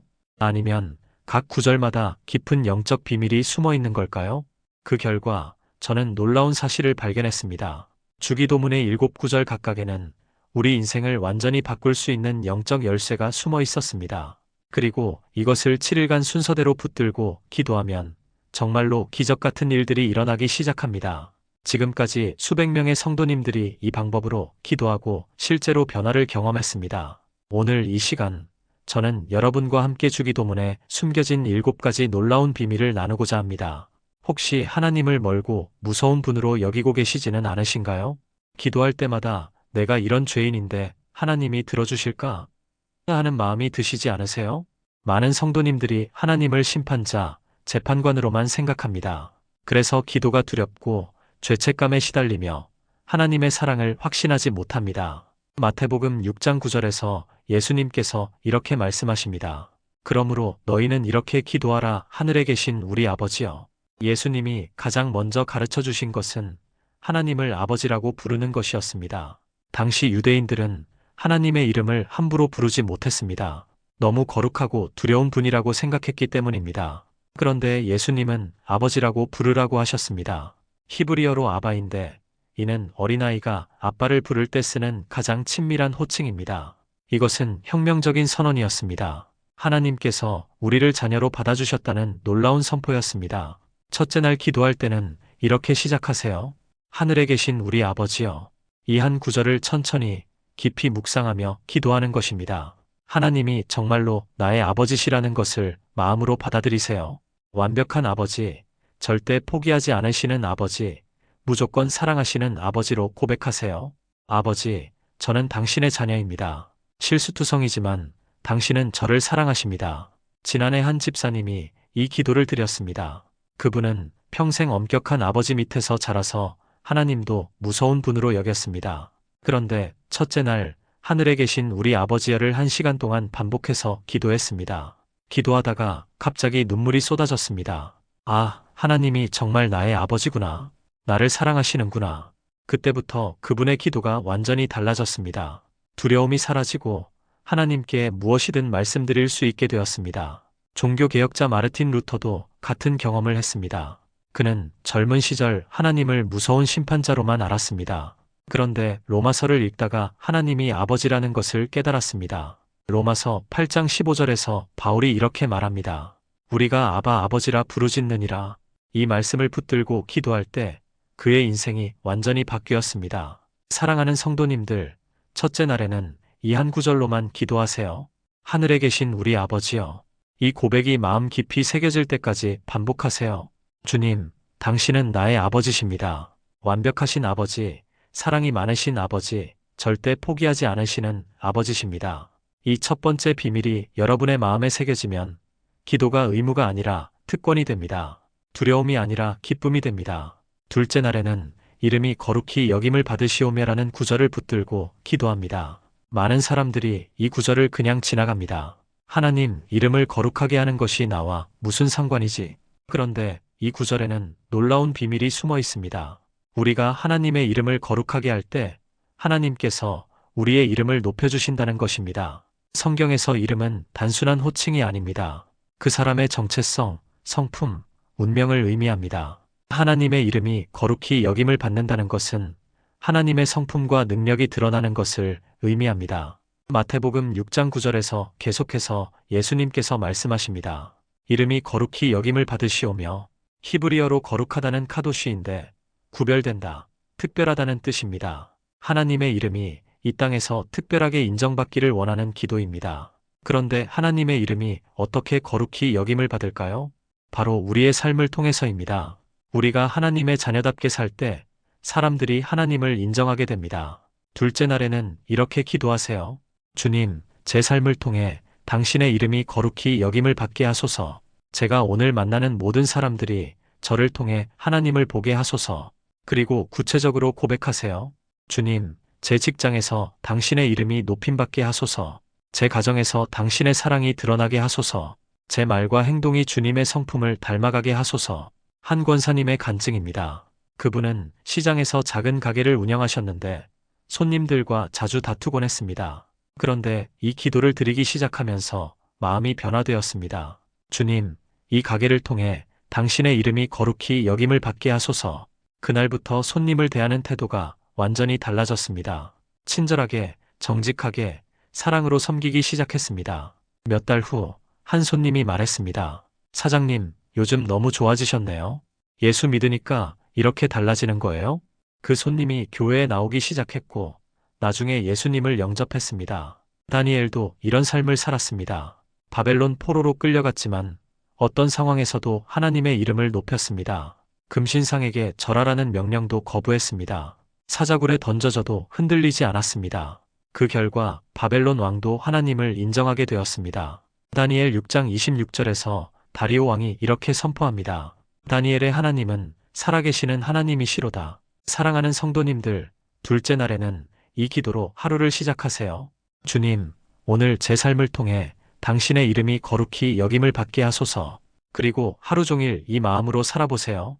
말할 때도, 일할 때도, 쉴 때도 하나님의 자녀답게 살아가세요. 그러면 놀라운 일들이 일어나기 시작합니다. 사람들이 여러분을 통해 하나님을 보게 됩니다. 여러분의 가정, 직장, 이웃이 하나님의 임재로 가득 차게 됩니다. 주님, 저를 통해 당신의 이름이 높임받게 하소서. 제 입술로 당신의 사랑을 전하게 하소서. 제 행동으로 당신의 성품을 나타내게 하소서. 셋째 날에는 나라가 임하시오며라는 구절을 붙들고 기도합니다. 많은 사람들이 하나님의 나라를 천국, 즉 죽어서 가는 곳으로만 생각합니다. 그런데 예수님은 하나님의 나라가 지금 여기에 임할 수 있다고 말씀하셨습니다. 하나님의 나라는 단순한 장소가 아니라 하나님이 왕으로 다스리시는 영역입니다. 우리의 마음, 가정, 직장, 사회에 하나님의 다스림이 임하는 것입니다. 세상은 불안과 두려움으로 가득합니다. 경제적 어려움, 건강 문제, 인간관계의 갈등이 끊이지 않습니다. 그런데 하나님의 나라가 임하면 이 모든 것이 바뀝니다. 평안과 기쁨, 의와 사랑이 넘치는 삶이 됩니다. 마태복음 6장 10절에서 예수님께서 계속 말씀하십니다. 나라가 임하시오며, 여기서 나라는 헬라어로 바실레이아인데 왕의 통치권을 의미합니다. 하나님께서 나의 삶을 직접 다스려 주시기를 구하는 기도입니다. 예수님께서도 하나님의 나라가 가까이 왔느니라고 선포하셨습니다. 이것은 먼 미래의 일이 아니라 지금 당장 경험할 수 있는 현실입니다. 셋째 날에는 이렇게 기도하세요. 주님, 당신의 나라가 제 마음에 임하소서. 제 가정에 당신의 다스림이 임하소서. 제 직장에 당신의 평안이 임하소서. 구체적으로 어떤 영역에 하나님의 나라가 임하기를 원하는지 고백하세요. 주님, 제 불안한 마음에 당신의 평안이 임하소서. 제 상한 마음에 당신의 치유가 임하소서. 제 막힌 길에 당신의 인도하심이 임하소서. 한 집사님의 놀라운 간증입니다. 그분은 5년간 우울증으로 고생하셨습니다. 약을 먹어도 상담을 받아도 나아지지 않았습니다. 그런데 이 기도를 드리기 시작했습니다. 주님, 제 마음에 당신의 나라가 임하소서. 매일 이 기도를 드렸는데 일주일 만에 변화가 시작되었습니다. 어둠이 물러가고 빛이 들어오기 시작했습니다. 절망이 사라지고 소망이 생겨났습니다. 정말 신기해요. 하나님의 나라가 제 마음에 임했더니 우울증이 사라졌어요. 이것이 바로 하나님 나라의 능력입니다. 예수님께서 이 땅에 오셔서 하나님의 나라를 보여주셨습니다. 병든 자를 고치시고 귀신을 쫓아내시고 죽은 자를 살리셨습니다. 이것이 하나님의 나라가 임할 때 일어나는 일들입니다. 마태복음 12장 28절에서 예수님께서 말씀하십니다. 내가 하나님의 성령으로 귀신을 쫓아내는 것이면 하나님의 나라가 이미 너희에게 임하였느니라. 사도 바울도 하나님의 나라를 이렇게 설명했습니다. 로마서 14장 17절 말씀입니다. 하나님의 나라는 먹는 것과 마시는 것이 아니요 오직 성령 안에서 의와 평강과 희락이라. 하나님의 나라가 임하면 의로움이 세워집니다. 평강이 넘치고 기쁨이 충만해집니다. 사랑하는 성도님들, 셋째 날에는 여러분의 삶의 모든 영역에 하나님의 나라가 임하기를 구하세요. 마음의 나라, 가정의 나라, 직장의 나라, 건강의 나라, 경제의 나라, 모든 영역에서 하나님이 왕으로 다스려 주시기를 간구하세요. 그러면 세상의 방식이 아닌 하나님의 방식으로 모든 문제가 해결되기 시작합니다. 주님, 당신의 나라가 임하소서. 제 마음의 왕좌에 당신이 앉아주소서. 당신의 다스림으로 제 삶을 변화시켜 주소서. 넷째 날에는 뜻이 하늘에서 이루어진 것 같이 땅에서도 이루어지이다를 붙들고 기도합니다. 이 구절은 많은 사람들에게 두려움을 줍니다. 하나님의 뜻이 고난이면 어떻게 하지? 내 뜻과 하나님의 뜻이 다르면 어떻게 하지? 그런데 하나님의 뜻은 우리를 해치려는 것이 아닙니다. 우리를 향한 하나님의 뜻은 선하고 기뻐할 만하고 온전한 것입니다. 하늘에서는 하나님의 뜻이 완벽하게 이루어집니다. 천사들이 하나님의 명령에 즉시 순종하고 모든 것이 하나님의 뜻대로 움직입니다. 그런데 이 땅에서는 어떻습니까? 사람들이 자기 뜻대로 살려고 하고 하나님의 뜻을 거부합니다. 그래서 혼란과 고통이 일어납니다. 마태복음 6장 10절에서 주기도문이 계속 이어집니다. 뜻이 하늘에서 이루어진 것 같이 땅에서도 이루어지이다. 이 기도는 하나님의 뜻이 이 땅에서도 완전히 이루어지기를 구하는 것입니다. 그리고 그 시작은 바로 나 자신부터입니다. 내 삶에서 하나님의 뜻이 이루어질 때 하늘의 축복이 이 땅에 임합니다. 하나님의 뜻을 아는 것이 먼저 중요합니다. 로마서 12장 2절에서 바울이 이렇게 권합니다. 너희는 이 세대를 본받지 말고 오직 마음을 새롭게 함으로 변화를 받아 하나님의 선하시고 기뻐하시고 온전하신 뜻이 무엇인지 분별하도록 하라. 하나님의 뜻은 항상 선하시고 기뻐할 만하고 온전합니다. 우리를 망하게 하려는 뜻이 아니라 복주려는 뜻입니다. 넷째 날에는 이렇게 기도하세요. 주님, 당신의 뜻을 알게 해주소서. 제 뜻을 내려놓고 당신의 뜻에 순종하게 하소서. 하늘에서 이루어진 것처럼 제 삶에서도 당신의 뜻이 이루어지게 하소서. 한 청년의 간증입니다. 그는 대기업 취업을 꿈꾸며 몇 년간 준비했습니다. 그런데 계속 떨어졌고 좌절감이 컸습니다. 그때 이 기도를 드렸습니다. 주님, 제 뜻을 내려놓습니다. 당신의 뜻이 이루어지게 하소서. 그 후 우연히 작은 사회적 기업에 취업하게 되었습니다. 처음에는 실망했지만 시간이 지나면서 그곳이 하나님이 준비하신 곳임을 알았습니다. 그 회사에서 많은 사람들을 도울 수 있었고 하나님의 사랑을 전할 수 있었습니다. 정말 하나님의 뜻이 제 뜻보다 훨씬 좋았어요. 예수님도 이 기도를 드리셨습니다. 겟세마네 동산에서 십자가를 앞두고 기도하실 때였습니다. 마가복음 14장 36절에서 예수님께서 이렇게 기도하십니다. 아바 아버지여, 아버지께는 모든 것이 가능하오니 이 잔을 내게서 옮기시옵소서. 그러나 나의 원대로 마시옵고 아버지의 원대로 하옵소서. 예수님도 인간으로서 고난을 피하고 싶은 마음이 있으셨습니다. 하지만 결국 아버지의 뜻에 순종하셨습니다. 그 순종을 통해 온 인류의 구원이 이루어졌습니다. 다니엘의 세 친구들도 마찬가지였습니다. 금신상에게 절하라는 명령을 거부했을 때 이렇게 말했습니다. 다니엘 3장 17절에서 18절 말씀입니다. 우리가 섬기는 하나님이 우리를 극렬히 타는 풀무불 가운데서 능히 건져내시겠고 왕의 손에서도 건져내시리이다. 그리할지라도 왕이여 우리가 왕의 신들을 섬기지도 아니하고 왕의 세우신 금 신상에게 절하지도 아니할 줄을 아옵소서. 그리할지라도라는 고백이 놀랍습니다.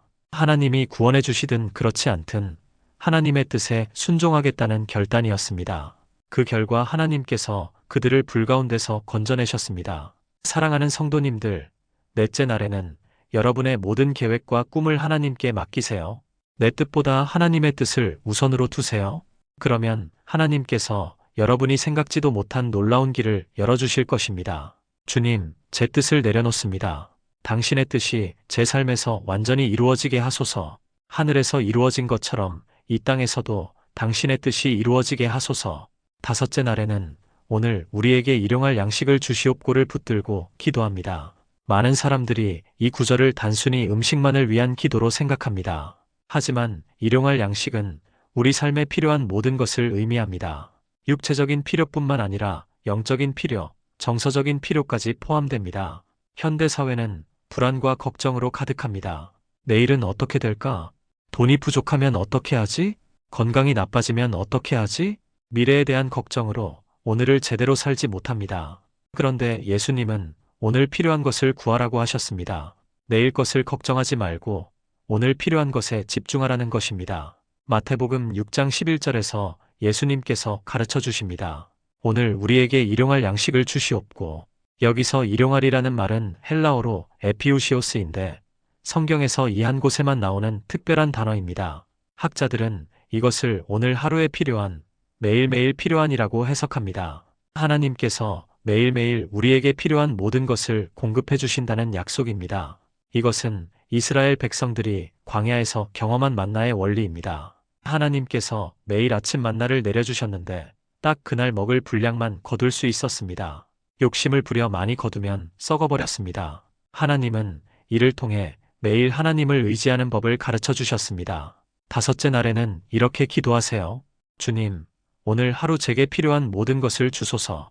육체의 양식뿐만 아니라 영혼의 양식도 주소서. 오늘 하루 평안히 살아갈 수 있는 모든 것을 공급해 주소서. 구체적으로 어떤 것이 필요한지 하나님께 말씀드리세요. 주님, 오늘 일터에서 필요한 지혜를 주소서. 가정에서 필요한 사랑과 인내를 주소서. 건강과 힘을 주시고 마음의 평안을 주소서. 한 사업가의 간증입니다. 그는 큰 사업을 하다가 코로나19로 큰 어려움을 겪었습니다. 빚이 늘어나고 직원들 월급도 주기 어려운 상황이었습니다. 그때 이 기도를 드리기 시작했습니다. 주님, 오늘 하루 우리 회사에 필요한 모든 것을 주소서. 매일 이 기도를 드리면서 하루하루를 버텨나갔습니다. 그러던 어느 날 갑자기 큰 계약이 들어왔습니다. 이후로도 하나님께서 매일매일 필요한 것을 공급해 주셨습니다. 정말 하나님은 일용할 양식을 주시는 분이세요. 엘리야도 이런 경험을 했습니다. 가뭄이 들었을 때 하나님께서 까마귀를 통해 떡과 고기를 공급해 주셨습니다. 시냇가가 마르자 사르밧 과부를 통해 공급해 주셨습니다. 가루 한 움큼과 기름 조금으로 3년 반 동안 살아갈 수 있었습니다. 열왕기상 17장 14절에서 엘리야가 과부에게 이렇게 말합니다. 여호와 이스라엘의 하나님의 말씀이 나 여호와가 비를 지면에 내리는 날까지 그 통의 가루는 떨어지지 아니하고 그 병의 기름은 없어지지 아니하리라 하셨느니라. 하나님은 신실하신 공급자이십니다. 사도 바울도 이것을 확신했습니다. 빌립보서 4장 19절에서 바울이 이렇게 말합니다. 나의 하나님이 그리스도 예수 안에서 영광 가운데 그 풍성한 대로 너희 모든 쓸 것을 채우시리라. 하나님께서 우리의 모든 필요를 채워주신다는 약속입니다. 사랑하는 성도님들, 다섯째 날에는 미래 걱정을 내려놓으세요. 오늘 하루 필요한 것만 구하고 하나님의 공급하심을 신뢰하세요. 그러면 하나님께서 여러분이 생각지도 못한 방법으로 모든 필요를 채워주실 것입니다. 주님, 오늘 하루 제게 필요한 모든 것을 주소서. 육체의 양식과 영혼의 양식을 주소서. 당신의 신실하신 공급하심을 믿고 의지합니다. 여섯째 날에는 우리가 우리에게 죄 지은 자를 사하여 준 것 같이 우리 죄를 사하여 주시옵고를 붙들고 기도합니다. 이 구절은 주기도문에서 가장 어려운 부분 중 하나입니다. 왜냐하면 용서하기 어려운 상처들이 우리 마음에 있기 때문입니다. 배신당한 아픔, 무시당한 상처, 불의를 당한 분노, 이런 것들을 어떻게 용서할 수 있을까요? 그런데 예수님은 용서를 선택사항이 아니라 필수로 말씀하셨습니다. 우리가 용서받으려면 먼저 용서해야 한다고 하셨습니다. 많은 사람들이 용서를 감정의 문제로 생각합니다. 아직 마음이 안 풀렸는데 어떻게 용서해요? 그런데 용서는 감정이 아니라 의지의 문제입니다. 마음이 풀리지 않아도 용서하기로 결단하는 것입니다. 마태복음 6장 12절에서 예수님께서 계속 가르쳐 주십니다. 우리가 우리에게 죄 지은 자를 사하여 준 것 같이 우리 죄를 사하여 주시옵고. 여기서 중요한 것은 순서입니다. 우리가 먼저 용서하고 그 다음에 하나님께서 우리를 용서해 주신다는 것입니다. 이것은 조건부 용서가 아닙니다. 하나님의 용서를 경험한 사람은 자연스럽게 다른 사람을 용서하게 된다는 뜻입니다. 하나님께서 우리를 얼마나 많이 용서해 주셨는지 깨달을 때 우리도 용서할 수 있게 됩니다. 에베소서 4장 32절에서 바울이 이렇게 권합니다. 서로 친절하게 하며 불쌍히 여기며 서로 용서하기를 하나님이 그리스도 안에서 너희를 용서하심과 같이 하라. 여섯째 날에는 이렇게 기도하세요. 주님, 제가 용서해야 할 사람들을 생각나게 하소서. 그들을 용서할 수 있는 마음을 주소서. 제 마음에 쓴 뿌리를 뽑아주시고 사랑으로 채워주소서. 구체적으로 한 사람 한 사람의 이름을 부르며 용서하세요. 주님, 저는 을 용서합니다. 그 사람이 저에게 준 상처를 용서합니다. 그 사람을 축복해 주소서. 한 권사님의 놀라운 간증입니다. 그분은 시어머니와 20년간 갈등하며 살았습니다. 시어머니가 무엇을 해도 미워 보였고 같은 집에 있는 것조차 괴로웠습니다. 그런데 이 기도를 드리기 시작했습니다. 주님, 저는 시어머니를 용서합니다. 처음에는 말만 했는데 며칠 후부터 마음이 변화되기 시작했습니다. 시어머니를 보는 눈이 달라졌고 불쌍한 마음이 들었습니다. 그분도 상처받은 사람이라는 것을 깨달았습니다. 그때부터 시어머니를 섬기기 시작했고 관계가 완전히 회복되었습니다. 시어머니도 며느리의 변화를 보고 마음을 열었습니다. 정말 용서가 기적을 만들었어요. 요셉도 이런 용서를 경험했습니다. 형들에게 배신당해 애굽의 노예로 팔려갔지만 결국 그들을 용서했습니다. 창세기 50장 20절에서 요셉이 형들에게 이렇게 말합니다. 당신들은 나를 해하려 하였으나 하나님은 그것을 선으로 바꾸사 오늘과 같이 많은 백성의 생명을 구원하게 하시려 하셨나니 형들을 용서했을 뿐만 아니라 하나님의 계획이었다고 고백했습니다. 이것이 진정한 용서입니다. 스데반 집사도 돌에 맞아 죽으면서 이렇게 기도했습니다. 사도행전 7장 60절에서 스데반이 이렇게 외칩니다. 주여 이 죄를 그들에게 돌리지 마옵소서. 원수를 위해 기도하는 것, 이것이 그리스도인의 용서입니다. 용서는 상대방을 위한 것이기도 하지만 무엇보다 나 자신을 위한 것입니다. 미움과 분노는 독과 같아서 자신을 더 아프게 합니다. 용서는 그 독을 빼내는 해독제입니다. 사랑하는 성도님들, 여섯째 날에는 마음에 담아둔 모든 상처와 원망을 내려놓으세요. 용서하기 어려운 사람들을 위해 기도하세요. 그러면 하나님께서 여러분의 마음을 치유하시고 새로운 관계를 만들어 주실 것입니다. 주님, 저를 상처 준 모든 사람들을 용서합니다. 그들을 축복해 주시고 저의 마음도 치유해 주소서.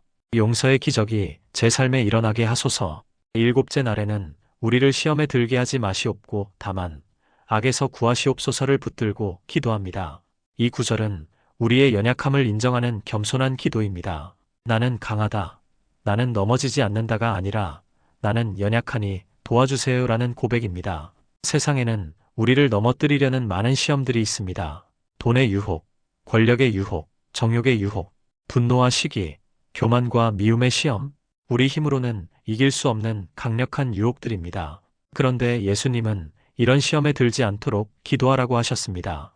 시험에 든 후에 이기려고 하지 말고 아예 시험에 들지 않도록 미리 기도하라는 것입니다. 마태복음 6장 13절에서 주기도문이 마무리됩니다.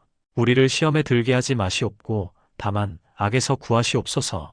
여기서 시험은 헬라어로 페이라스모스인데 시험, 유혹, 시련이라는 뜻입니다. 하나님이 우리를 시험하시는 것이 아니라 사탄이 우리를 유혹하는 것을 막아달라는 기도입니다. 야고보서에서도 이렇게 말합니다. 야고보서 1장 13절에서 야고보가 분명히 말합니다. 사람이 시험을 받을 때에 내가 하나님께 시험을 받는다 하지 말지니 하나님은 악에게 시험을 받지도 아니하시고 친히 아무도 시험하지 아니하시느니라. 하나님은 우리가 넘어지기를 원하지 않으시고 승리하기를 원하십니다. 일곱째 날에는 이렇게 기도하세요. 주님, 오늘 저를 시험에 들게 하지 마소서. 제가 연약한 곳을 아시니 그곳을 지켜주소서. 악한 세력에서 저와 제 가족을 보호해 주소서. 구체적으로 어떤 시험에서 보호받고 싶은지 고백하세요. 주님, 제가 화내지 않도록 도와주소서. 유혹에 넘어가지 않도록 지켜주소서. 악한 생각이 들어오지 못하게 막아주소서. 한 청년의 간증입니다. 그는 인터넷 게임에 중독되어 학업도 신앙생활도 제대로 하지 못했습니다. 끊으려고 해도 계속 실패했습니다. 그런데 이 기도를 드리기 시작했습니다. 주님, 저를 게임의 유혹에 들게 하지 마소서. 매일 아침 이 기도를 드리고 하루를 시작했습니다. 처음에는 별 변화가 없었는데 일주일 후부터 게임에 대한 욕구가 줄어들기 시작했습니다. 한 달 후에는 완전히 게임을 끊을 수 있었습니다. 정말 하나님이 저를 유혹에서 건져주셨어요. 다니엘도 이런 보호를 받았습니다. 바벨론의 왕궁에서 살면서도 하나님의 말씀대로 살았습니다. 왕의 음식을 거부하고 우상 숭배를 거부했습니다. 하나님께서 그를 모든 시험에서 지켜주셨습니다. 사자굴에 던져져도 사자들이 그를 해치지 못했습니다. 다니엘 6장 22절에서 다니엘이 이렇게 간증합니다. 나의 하나님이 그의 천사를 보내어 사자들의 입을 봉하셨으므로 사자들이 나를 상해하지 못하였사오니. 예수님도 광야에서 40일 금식하신 후 사탄의 시험을 받으셨습니다. 하지만 말씀으로 모든 시험을 이기셨습니다. 기록되었으되라고 하시며 성경 말씀으로 대답하셨습니다. 마태복음 4장 11절에서 이렇게 기록됩니다. 그때에 마귀가 예수를 떠나고 천사들이 나아와서 수종드니라. 우리도 말씀으로 무장할 때 모든 시험을 이길 수 있습니다. 사도 바울은 이렇게 격려했습니다. 고린도전서 10장 13절에서 바울이 약속합니다. 사람이 감당할 시험 밖에는 너희가 당한 것이 없나니 오직 하나님은 미쁘사 너희가 감당하지 못할 시험당함을 허락하지 아니하시고 시험당할 즈음에 또한 피할 길을 내사 너희로 능히 감당하게 하시느니라. 하나님은 우리가 감당할 수 없는 시험은 허락하지 않으십니다. 그리고 시험이 올 때마다 피할 길을 만들어 주십니다. 사랑하는 성도님들, 일곱째 날에는 여러분의 연약함을 솔직히 고백하세요. 혼자 힘으로 이기려 하지 말고 하나님의 도우심을 구하세요. 그러면 하나님께서 여러분을 모든 시험과 악에서 지켜주실 것입니다. 주님, 저는 연약합니다. 저를 시험에 들게 하지 마시고 악에서 구해주소서. 당신의 보호하심 안에서 승리하게 하소서. 사랑하는 성도님들, 오늘 우리는 주기도문에 숨겨진 7가지 놀라운 비밀을 함께 나누었습니다. 첫째, 하나님을 아버지로 부르는 관계의 회복. 둘째, 우리 삶을 통해 하나님의 이름이 거룩히 여김받는 삶. 셋째, 하나님의 나라가 우리 삶에 임하는 축복. 넷째, 하나님의 뜻에 순종하는 순복의 삶. 다섯째, 매일 공급받는 일용할 양식의 은혜. 여섯째, 용서와 화해로 이루어지는 관계의 기적. 일곱째, 시험과 악에서 보호받는 안전한 삶. 이 7가지를 7일간 순서대로 기도해 보세요. 하루에 한 구절씩 깊이 묵상하며 기도하세요. 그러면 여러분의 삶에도 놀라운 기적들이 일어날 것입니다. 주기도문이 단순한 암송이 아니라 살아있는 기도가 될 것입니다. 하나님과의 관계가 더욱 깊어지고 일상이 축복으로 변화될 것입니다. 오늘 이 말씀이 여러분의 마음에 깊이 새겨지기를 기도합니다. 그리고 댓글로 여러분의 기도 제목을 나누어 주세요. 함께 기도하며 서로를 격려하는 믿음의 공동체가 되기를 소망합니다. 구독과 좋아요도 잊지 마시고 주변에 필요한 분들에게도 이 은혜를 나누어 주세요. 하나님의 크신 사랑과 은혜가 여러분과 여러분의 가정에 늘 함께 하시기를 축복합니다. 아멘. 주기도문을 몇 번이나 외우셨나요? 수천 번? 수만 번? 그런데 정말 기적이 일어났나요? 왜 똑같은 기도인데 어떤 사람은 기적을, 어떤 사람은 침묵을 경험할까요? 왜 예수님이 직접 가르쳐 주신 기도인데 별다른 변화가 없을까요? 혹시 우리가 놓치고 있는 비밀이 있는 건 아닐까요? 사랑하는 성도님들, 저는 지난 25년간 목회하면서 수많은 성도님들이 이런 질문을 하시는 것을 보았습니다. 목사님, 주기도문을 평생 드렸는데 왜 제 삶은 그대로일까요? 주님이 직접 가르쳐 주신 기도인데 왜 응답이 없을까요? 그런데 몇 년 전 한 권사님의 간증을 듣고 저는 완전히 새로운 깨달음을 얻었습니다. 그분은 20년간 불임으로 고생하다가 주기도문을 이 방법으로 7일간 기도했는데 놀라운 일이 일어났다고 했습니다. 그 후로 저는 성경을 다시 파고들기 시작했습니다. 과연 예수님이 주기도문을 가르쳐 주실 때 어떤 마음이셨을까? 단순히 외워서 반복하라고 하신 걸까요? 아니면 각 구절마다 깊은 영적 비밀이 숨어 있는 걸까요? 그 결과 저는 놀라운 사실을 발견했습니다. 주기도문의 7구절 각각에는 우리 인생을 완전히 바꿀 수 있는 영적 열쇠가 숨어 있었습니다. 그리고 이것을 7일간 순서대로 붙들고 기도하면 정말로 기적 같은 일들이 일어나기 시작합니다. 지금까지 수백 명의 성도님들이 이 방법으로 기도하고 실제로 변화를 경험했습니다. 오늘 이 시간, 저는 여러분과 함께 주기도문에 숨겨진 7가지 놀라운 비밀을 나누고자 합니다. 혹시 하나님을 멀고 무서운 분으로 여기고 계시지는 않으신가요? 기도할 때마다 내가 이런 죄인인데 하나님이 들어주실까? 하는 마음이 드시지 않으세요?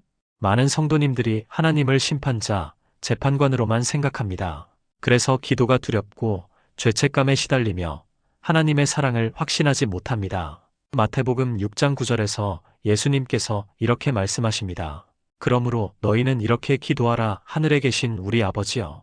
예수님이 가장 먼저 가르쳐 주신 것은 하나님을 아버지라고 부르는 것이었습니다. 당시 유대인들은 하나님의 이름을 함부로 부르지 못했습니다. 너무 거룩하고 두려운 분이라고 생각했기 때문입니다. 그런데 예수님은 아버지라고 부르라고 하셨습니다. 히브리어로 아바인데 이는 어린아이가 아빠를 부를 때 쓰는 가장 친밀한 호칭입니다. 이것은 혁명적인 선언이었습니다. 하나님께서 우리를 자녀로 받아주셨다는 놀라운 선포였습니다. 첫째 날 기도할 때는 이렇게 시작하세요. 하늘에 계신 우리 아버지여. 이 한 구절을 천천히 깊이 묵상하며 기도하는 것입니다. 하나님이 정말로 나의 아버지시라는 것을 마음으로 받아들이세요. 완벽한 아버지, 절대 포기하지 않으시는 아버지, 무조건 사랑하시는 아버지로 고백하세요. 아버지, 저는 당신의 자녀입니다. 실수투성이지만 당신은 저를 사랑하십니다. 지난해 한 집사님이 이 기도를 드렸습니다. 그분은 평생 엄격한 아버지 밑에서 자라서 하나님도 무서운 분으로 여겼습니다. 그런데 첫째 날 하늘에 계신 우리 아버지여를 1시간 동안 반복해서 기도했습니다. 기도하다가 갑자기 눈물이 쏟아졌습니다. 아, 하나님이 정말 나의 아버지구나. 나를 사랑하시는구나. 그때부터 그분의 기도가 완전히 달라졌습니다. 두려움이 사라지고 하나님께 무엇이든 말씀드릴 수 있게 되었습니다. 종교개혁자 마르틴 루터도 같은 경험을 했습니다. 그는 젊은 시절 하나님을 무서운 심판자로만 알았습니다. 그런데 로마서를 읽다가 하나님이 아버지라는 것을 깨달았습니다. 로마서 8장 15절에서 바울이 이렇게 말합니다. 우리가 아바 아버지라 부르짖느니라. 이 말씀을 붙들고 기도할 때 그의 인생이 완전히 바뀌었습니다. 사랑하는 성도님들, 첫째 날에는 이 한 구절로만 기도하세요. 하늘에 계신 우리 아버지여. 이 고백이 마음 깊이 새겨질 때까지 반복하세요. 주님, 당신은 나의 아버지십니다. 완벽하신 아버지, 사랑이 많으신 아버지, 절대 포기하지 않으시는 아버지십니다. 이 첫 번째 비밀이 여러분의 마음에 새겨지면 기도가 의무가 아니라 특권이 됩니다. 두려움이 아니라 기쁨이 됩니다. 둘째 날에는 이름이 거룩히 여김을 받으시오며라는 구절을 붙들고 기도합니다. 많은 사람들이 이 구절을 그냥 지나갑니다. 하나님 이름을 거룩하게 하는 것이 나와 무슨 상관이지? 그런데 이 구절에는 놀라운 비밀이 숨어 있습니다. 우리가 하나님의 이름을 거룩하게 할 때 하나님께서 우리의 이름을 높여주신다는 것입니다. 성경에서 이름은 단순한 호칭이 아닙니다. 그 사람의 정체성, 성품, 운명을 의미합니다. 하나님의 이름이 거룩히 여김을 받는다는 것은 하나님의 성품과 능력이 드러나는 것을 의미합니다. 마태복음 6장 9절에서 계속해서 예수님께서 말씀하십니다. 이름이 거룩히 여김을 받으시오며 히브리어로 거룩하다는 카도시인데 구별된다, 특별하다는 뜻입니다. 하나님의 이름이 이 땅에서 특별하게 인정받기를 원하는 기도입니다. 그런데 하나님의 이름이 어떻게 거룩히 여김을 받을까요? 바로 우리의 삶을 통해서입니다. 우리가 하나님의 자녀답게 살 때 사람들이 하나님을 인정하게 됩니다. 둘째 날에는 이렇게 기도하세요. 주님, 제 삶을 통해 당신의 이름이 거룩히 여김을 받게 하소서. 제가 오늘 만나는 모든 사람들이 저를 통해 하나님을 보게 하소서. 그리고 구체적으로 고백하세요. 주님, 제 직장에서 당신의 이름이 높임받게 하소서. 제 가정에서 당신의 사랑이 드러나게 하소서. 제 말과 행동이 주님의 성품을 닮아가게 하소서. 한 권사님의 간증입니다. 그분은 시장에서 작은 가게를 운영하셨는데 손님들과 자주 다투곤 했습니다. 그런데 이 기도를 드리기 시작하면서 마음이 변화되었습니다. 주님, 이 가게를 통해 당신의 이름이 거룩히 여김을 받게 하소서. 그날부터 손님을 대하는 태도가 완전히 달라졌습니다. 친절하게, 정직하게, 사랑으로 섬기기 시작했습니다. 몇 달 후, 한 손님이 말했습니다. 사장님, 요즘 너무 좋아지셨네요. 예수 믿으니까 이렇게 달라지는 거예요? 그 손님이 교회에 나오기 시작했고, 나중에 예수님을 영접했습니다. 다니엘도 이런 삶을 살았습니다. 바벨론 포로로 끌려갔지만, 어떤 상황에서도 하나님의 이름을 높였습니다. 금신상에게 절하라는 명령도 거부했습니다. 사자굴에 던져져도 흔들리지 않았습니다. 그 결과 바벨론 왕도 하나님을 인정하게 되었습니다. 다니엘 6장 26절에서 다리오 왕이 이렇게 선포합니다. 다니엘의 하나님은 살아계시는 하나님이시로다. 사랑하는 성도님들, 둘째 날에는 이 기도로 하루를 시작하세요. 주님, 오늘 제 삶을 통해 당신의 이름이 거룩히 여김을 받게 하소서. 그리고 하루 종일 이 마음으로 살아보세요. 말할 때도, 일할 때도, 쉴 때도 하나님의 자녀답게 살아가세요. 그러면 놀라운 일들이 일어나기 시작합니다. 사람들이 여러분을 통해 하나님을 보게 됩니다. 여러분의 가정, 직장, 이웃이 하나님의 임재로 가득 차게 됩니다. 주님, 저를 통해 당신의 이름이 높임받게 하소서. 제 입술로 당신의 사랑을 전하게 하소서. 제 행동으로 당신의 성품을 나타내게 하소서. 셋째 날에는 나라가 임하시오며라는 구절을 붙들고 기도합니다. 많은 사람들이 하나님의 나라를 천국, 즉 죽어서 가는 곳으로만 생각합니다. 그런데 예수님은 하나님의 나라가 지금 여기에 임할 수 있다고 말씀하셨습니다. 하나님의 나라는 단순한 장소가 아니라 하나님이 왕으로 다스리시는 영역입니다. 우리의 마음, 가정, 직장, 사회에 하나님의 다스림이 임하는 것입니다. 세상은 불안과 두려움으로 가득합니다. 경제적 어려움, 건강 문제, 인간관계의 갈등이 끊이지 않습니다. 그런데 하나님의 나라가 임하면 이 모든 것이 바뀝니다. 평안과 기쁨, 의와 사랑이 넘치는 삶이 됩니다. 마태복음 6장 10절에서 예수님께서 계속 말씀하십니다. 나라가 임하시오며, 여기서 나라는 헬라어로 바실레이아인데 왕의 통치권을 의미합니다. 하나님께서 나의 삶을 직접 다스려 주시기를 구하는 기도입니다. 예수님께서도 하나님의 나라가 가까이 왔느니라고 선포하셨습니다. 이것은 먼 미래의 일이 아니라 지금 당장 경험할 수 있는 현실입니다. 셋째 날에는 이렇게 기도하세요. 주님, 당신의 나라가 제 마음에 임하소서. 제 가정에 당신의 다스림이 임하소서. 제 직장에 당신의 평안이 임하소서. 구체적으로 어떤 영역에 하나님의 나라가 임하기를 원하는지 고백하세요. 주님, 제 불안한 마음에 당신의 평안이 임하소서.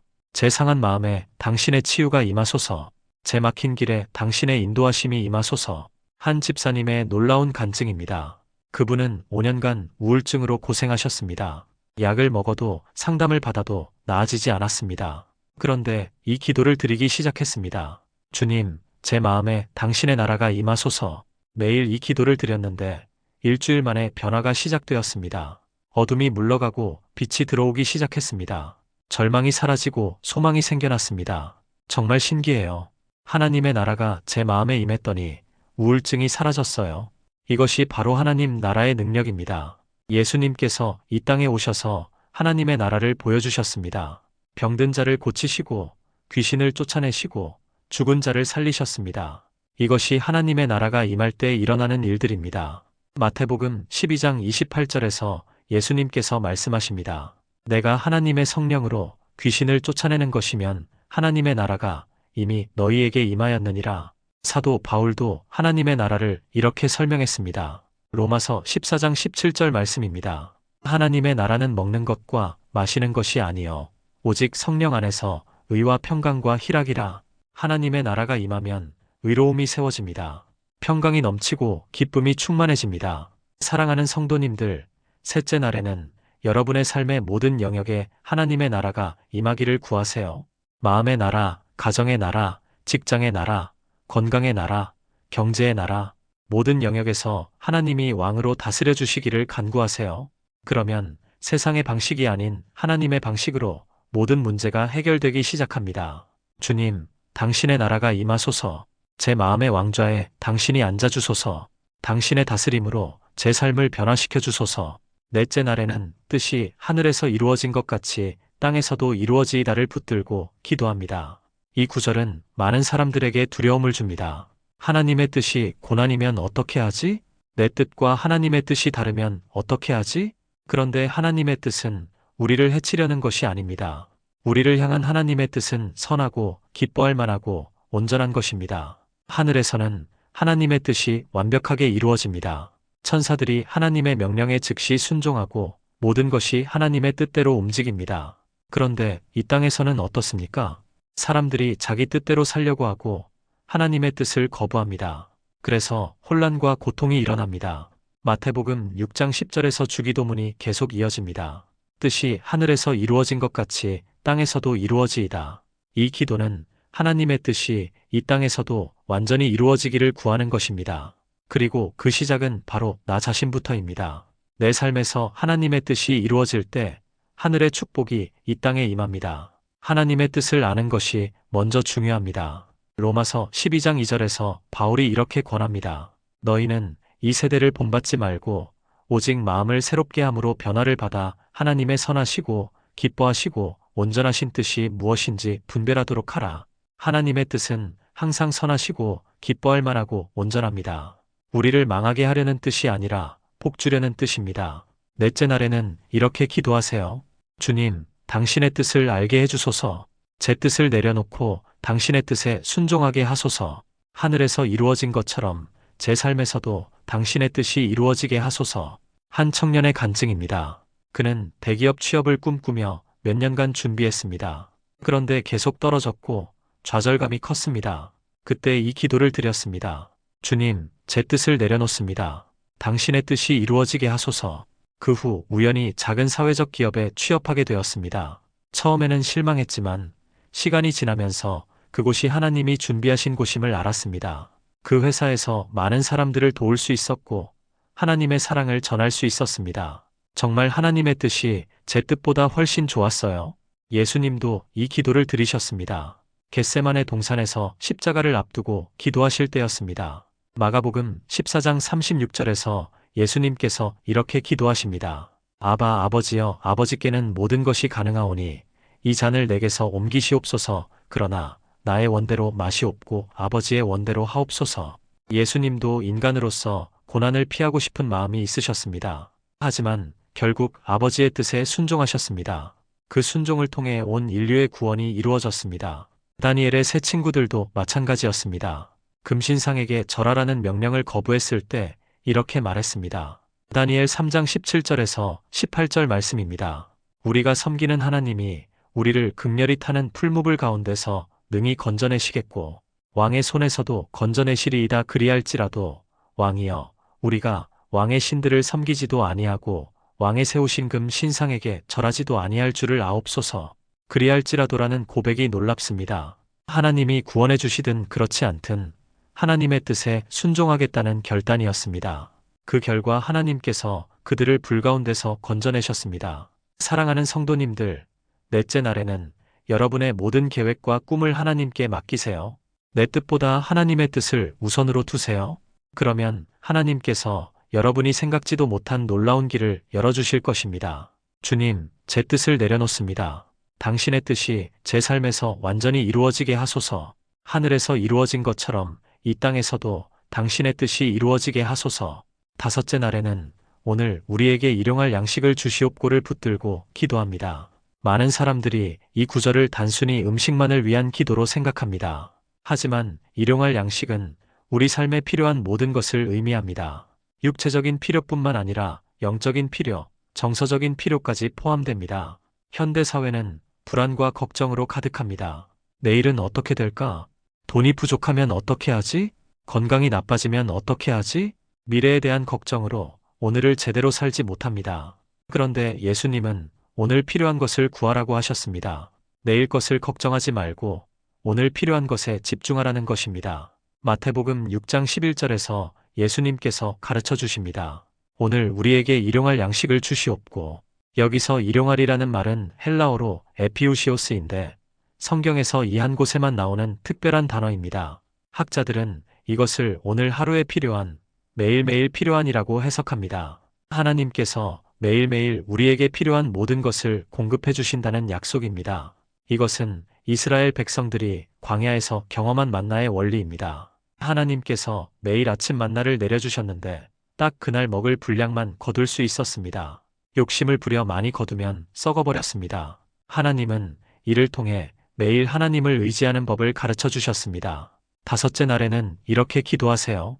주님, 오늘 하루 제게 필요한 모든 것을 주소서. 육체의 양식뿐만 아니라 영혼의 양식도 주소서. 오늘 하루 평안히 살아갈 수 있는 모든 것을 공급해 주소서. 구체적으로 어떤 것이 필요한지 하나님께 말씀드리세요. 주님, 오늘 일터에서 필요한 지혜를 주소서. 가정에서 필요한 사랑과 인내를 주소서.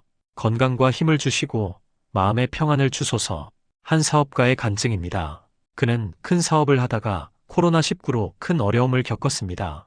빚이 늘어나고 직원들 월급도 주기 어려운 상황이었습니다. 그때 이 기도를 드리기 시작했습니다. 주님, 오늘 하루 우리 회사에 필요한 모든 것을 주소서. 매일 이 기도를 드리면서 하루하루를 버텨나갔습니다. 그러던 어느 날 갑자기 큰 계약이 들어왔습니다. 이후로도 하나님께서 매일매일 필요한 것을 공급해 주셨습니다. 정말 하나님은 일용할 양식을 주시는 분이세요. 엘리야도 이런 경험을 했습니다.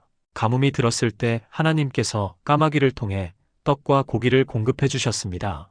시냇가가 마르자 사르밧 과부를 통해 공급해 주셨습니다. 가루 한 움큼과 기름 조금으로 3년 반 동안 살아갈 수 있었습니다.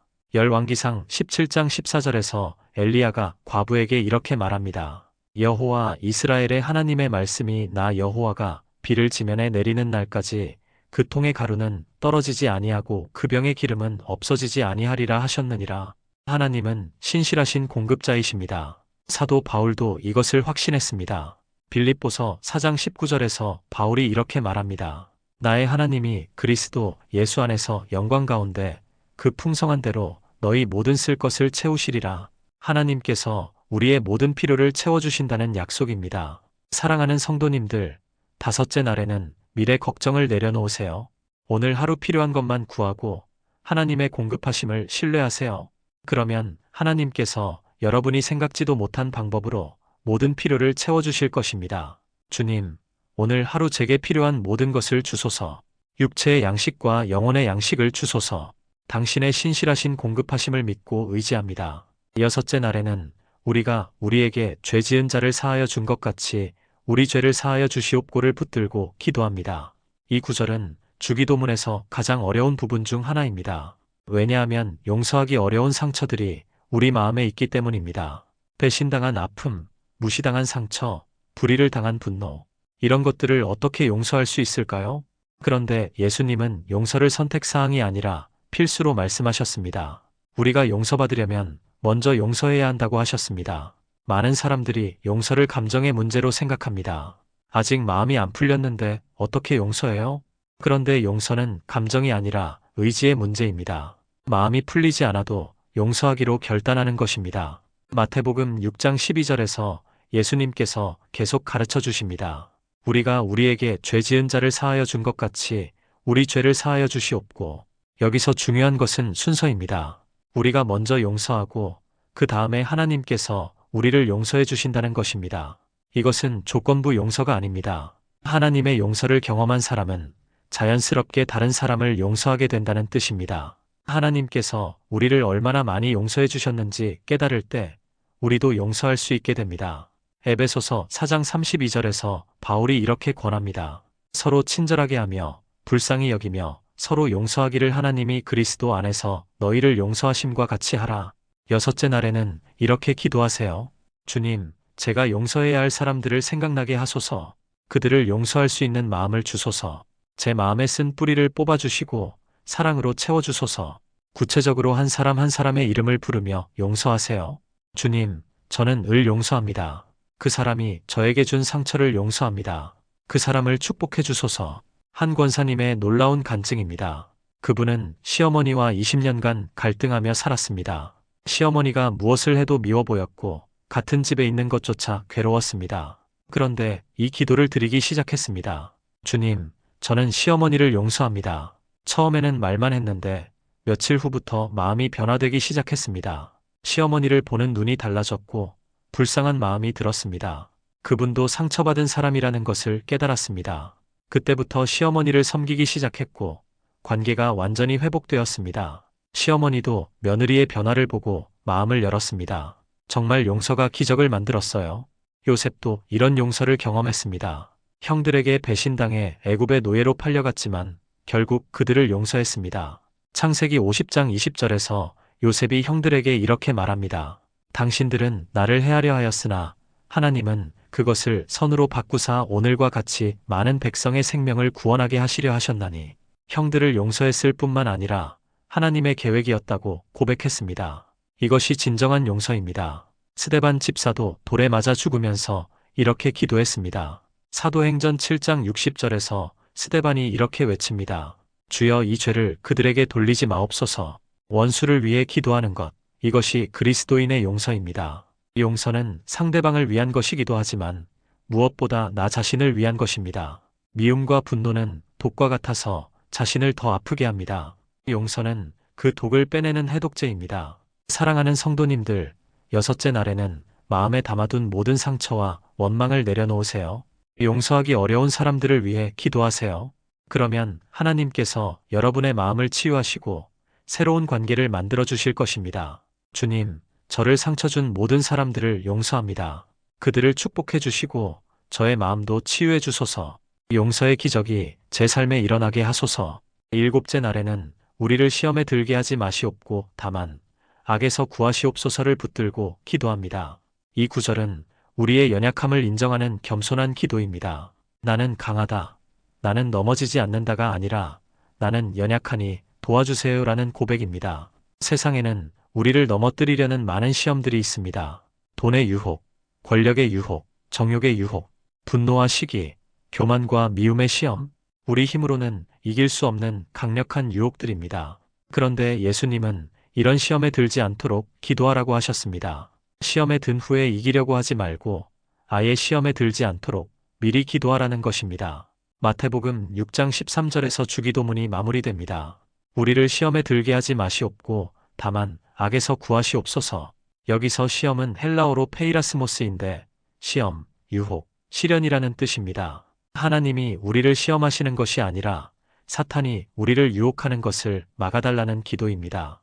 야고보서에서도 이렇게 말합니다. 야고보서 1장 13절에서 야고보가 분명히 말합니다. 사람이 시험을 받을 때에 내가 하나님께 시험을 받는다 하지 말지니 하나님은 악에게 시험을 받지도 아니하시고 친히 아무도 시험하지 아니하시느니라.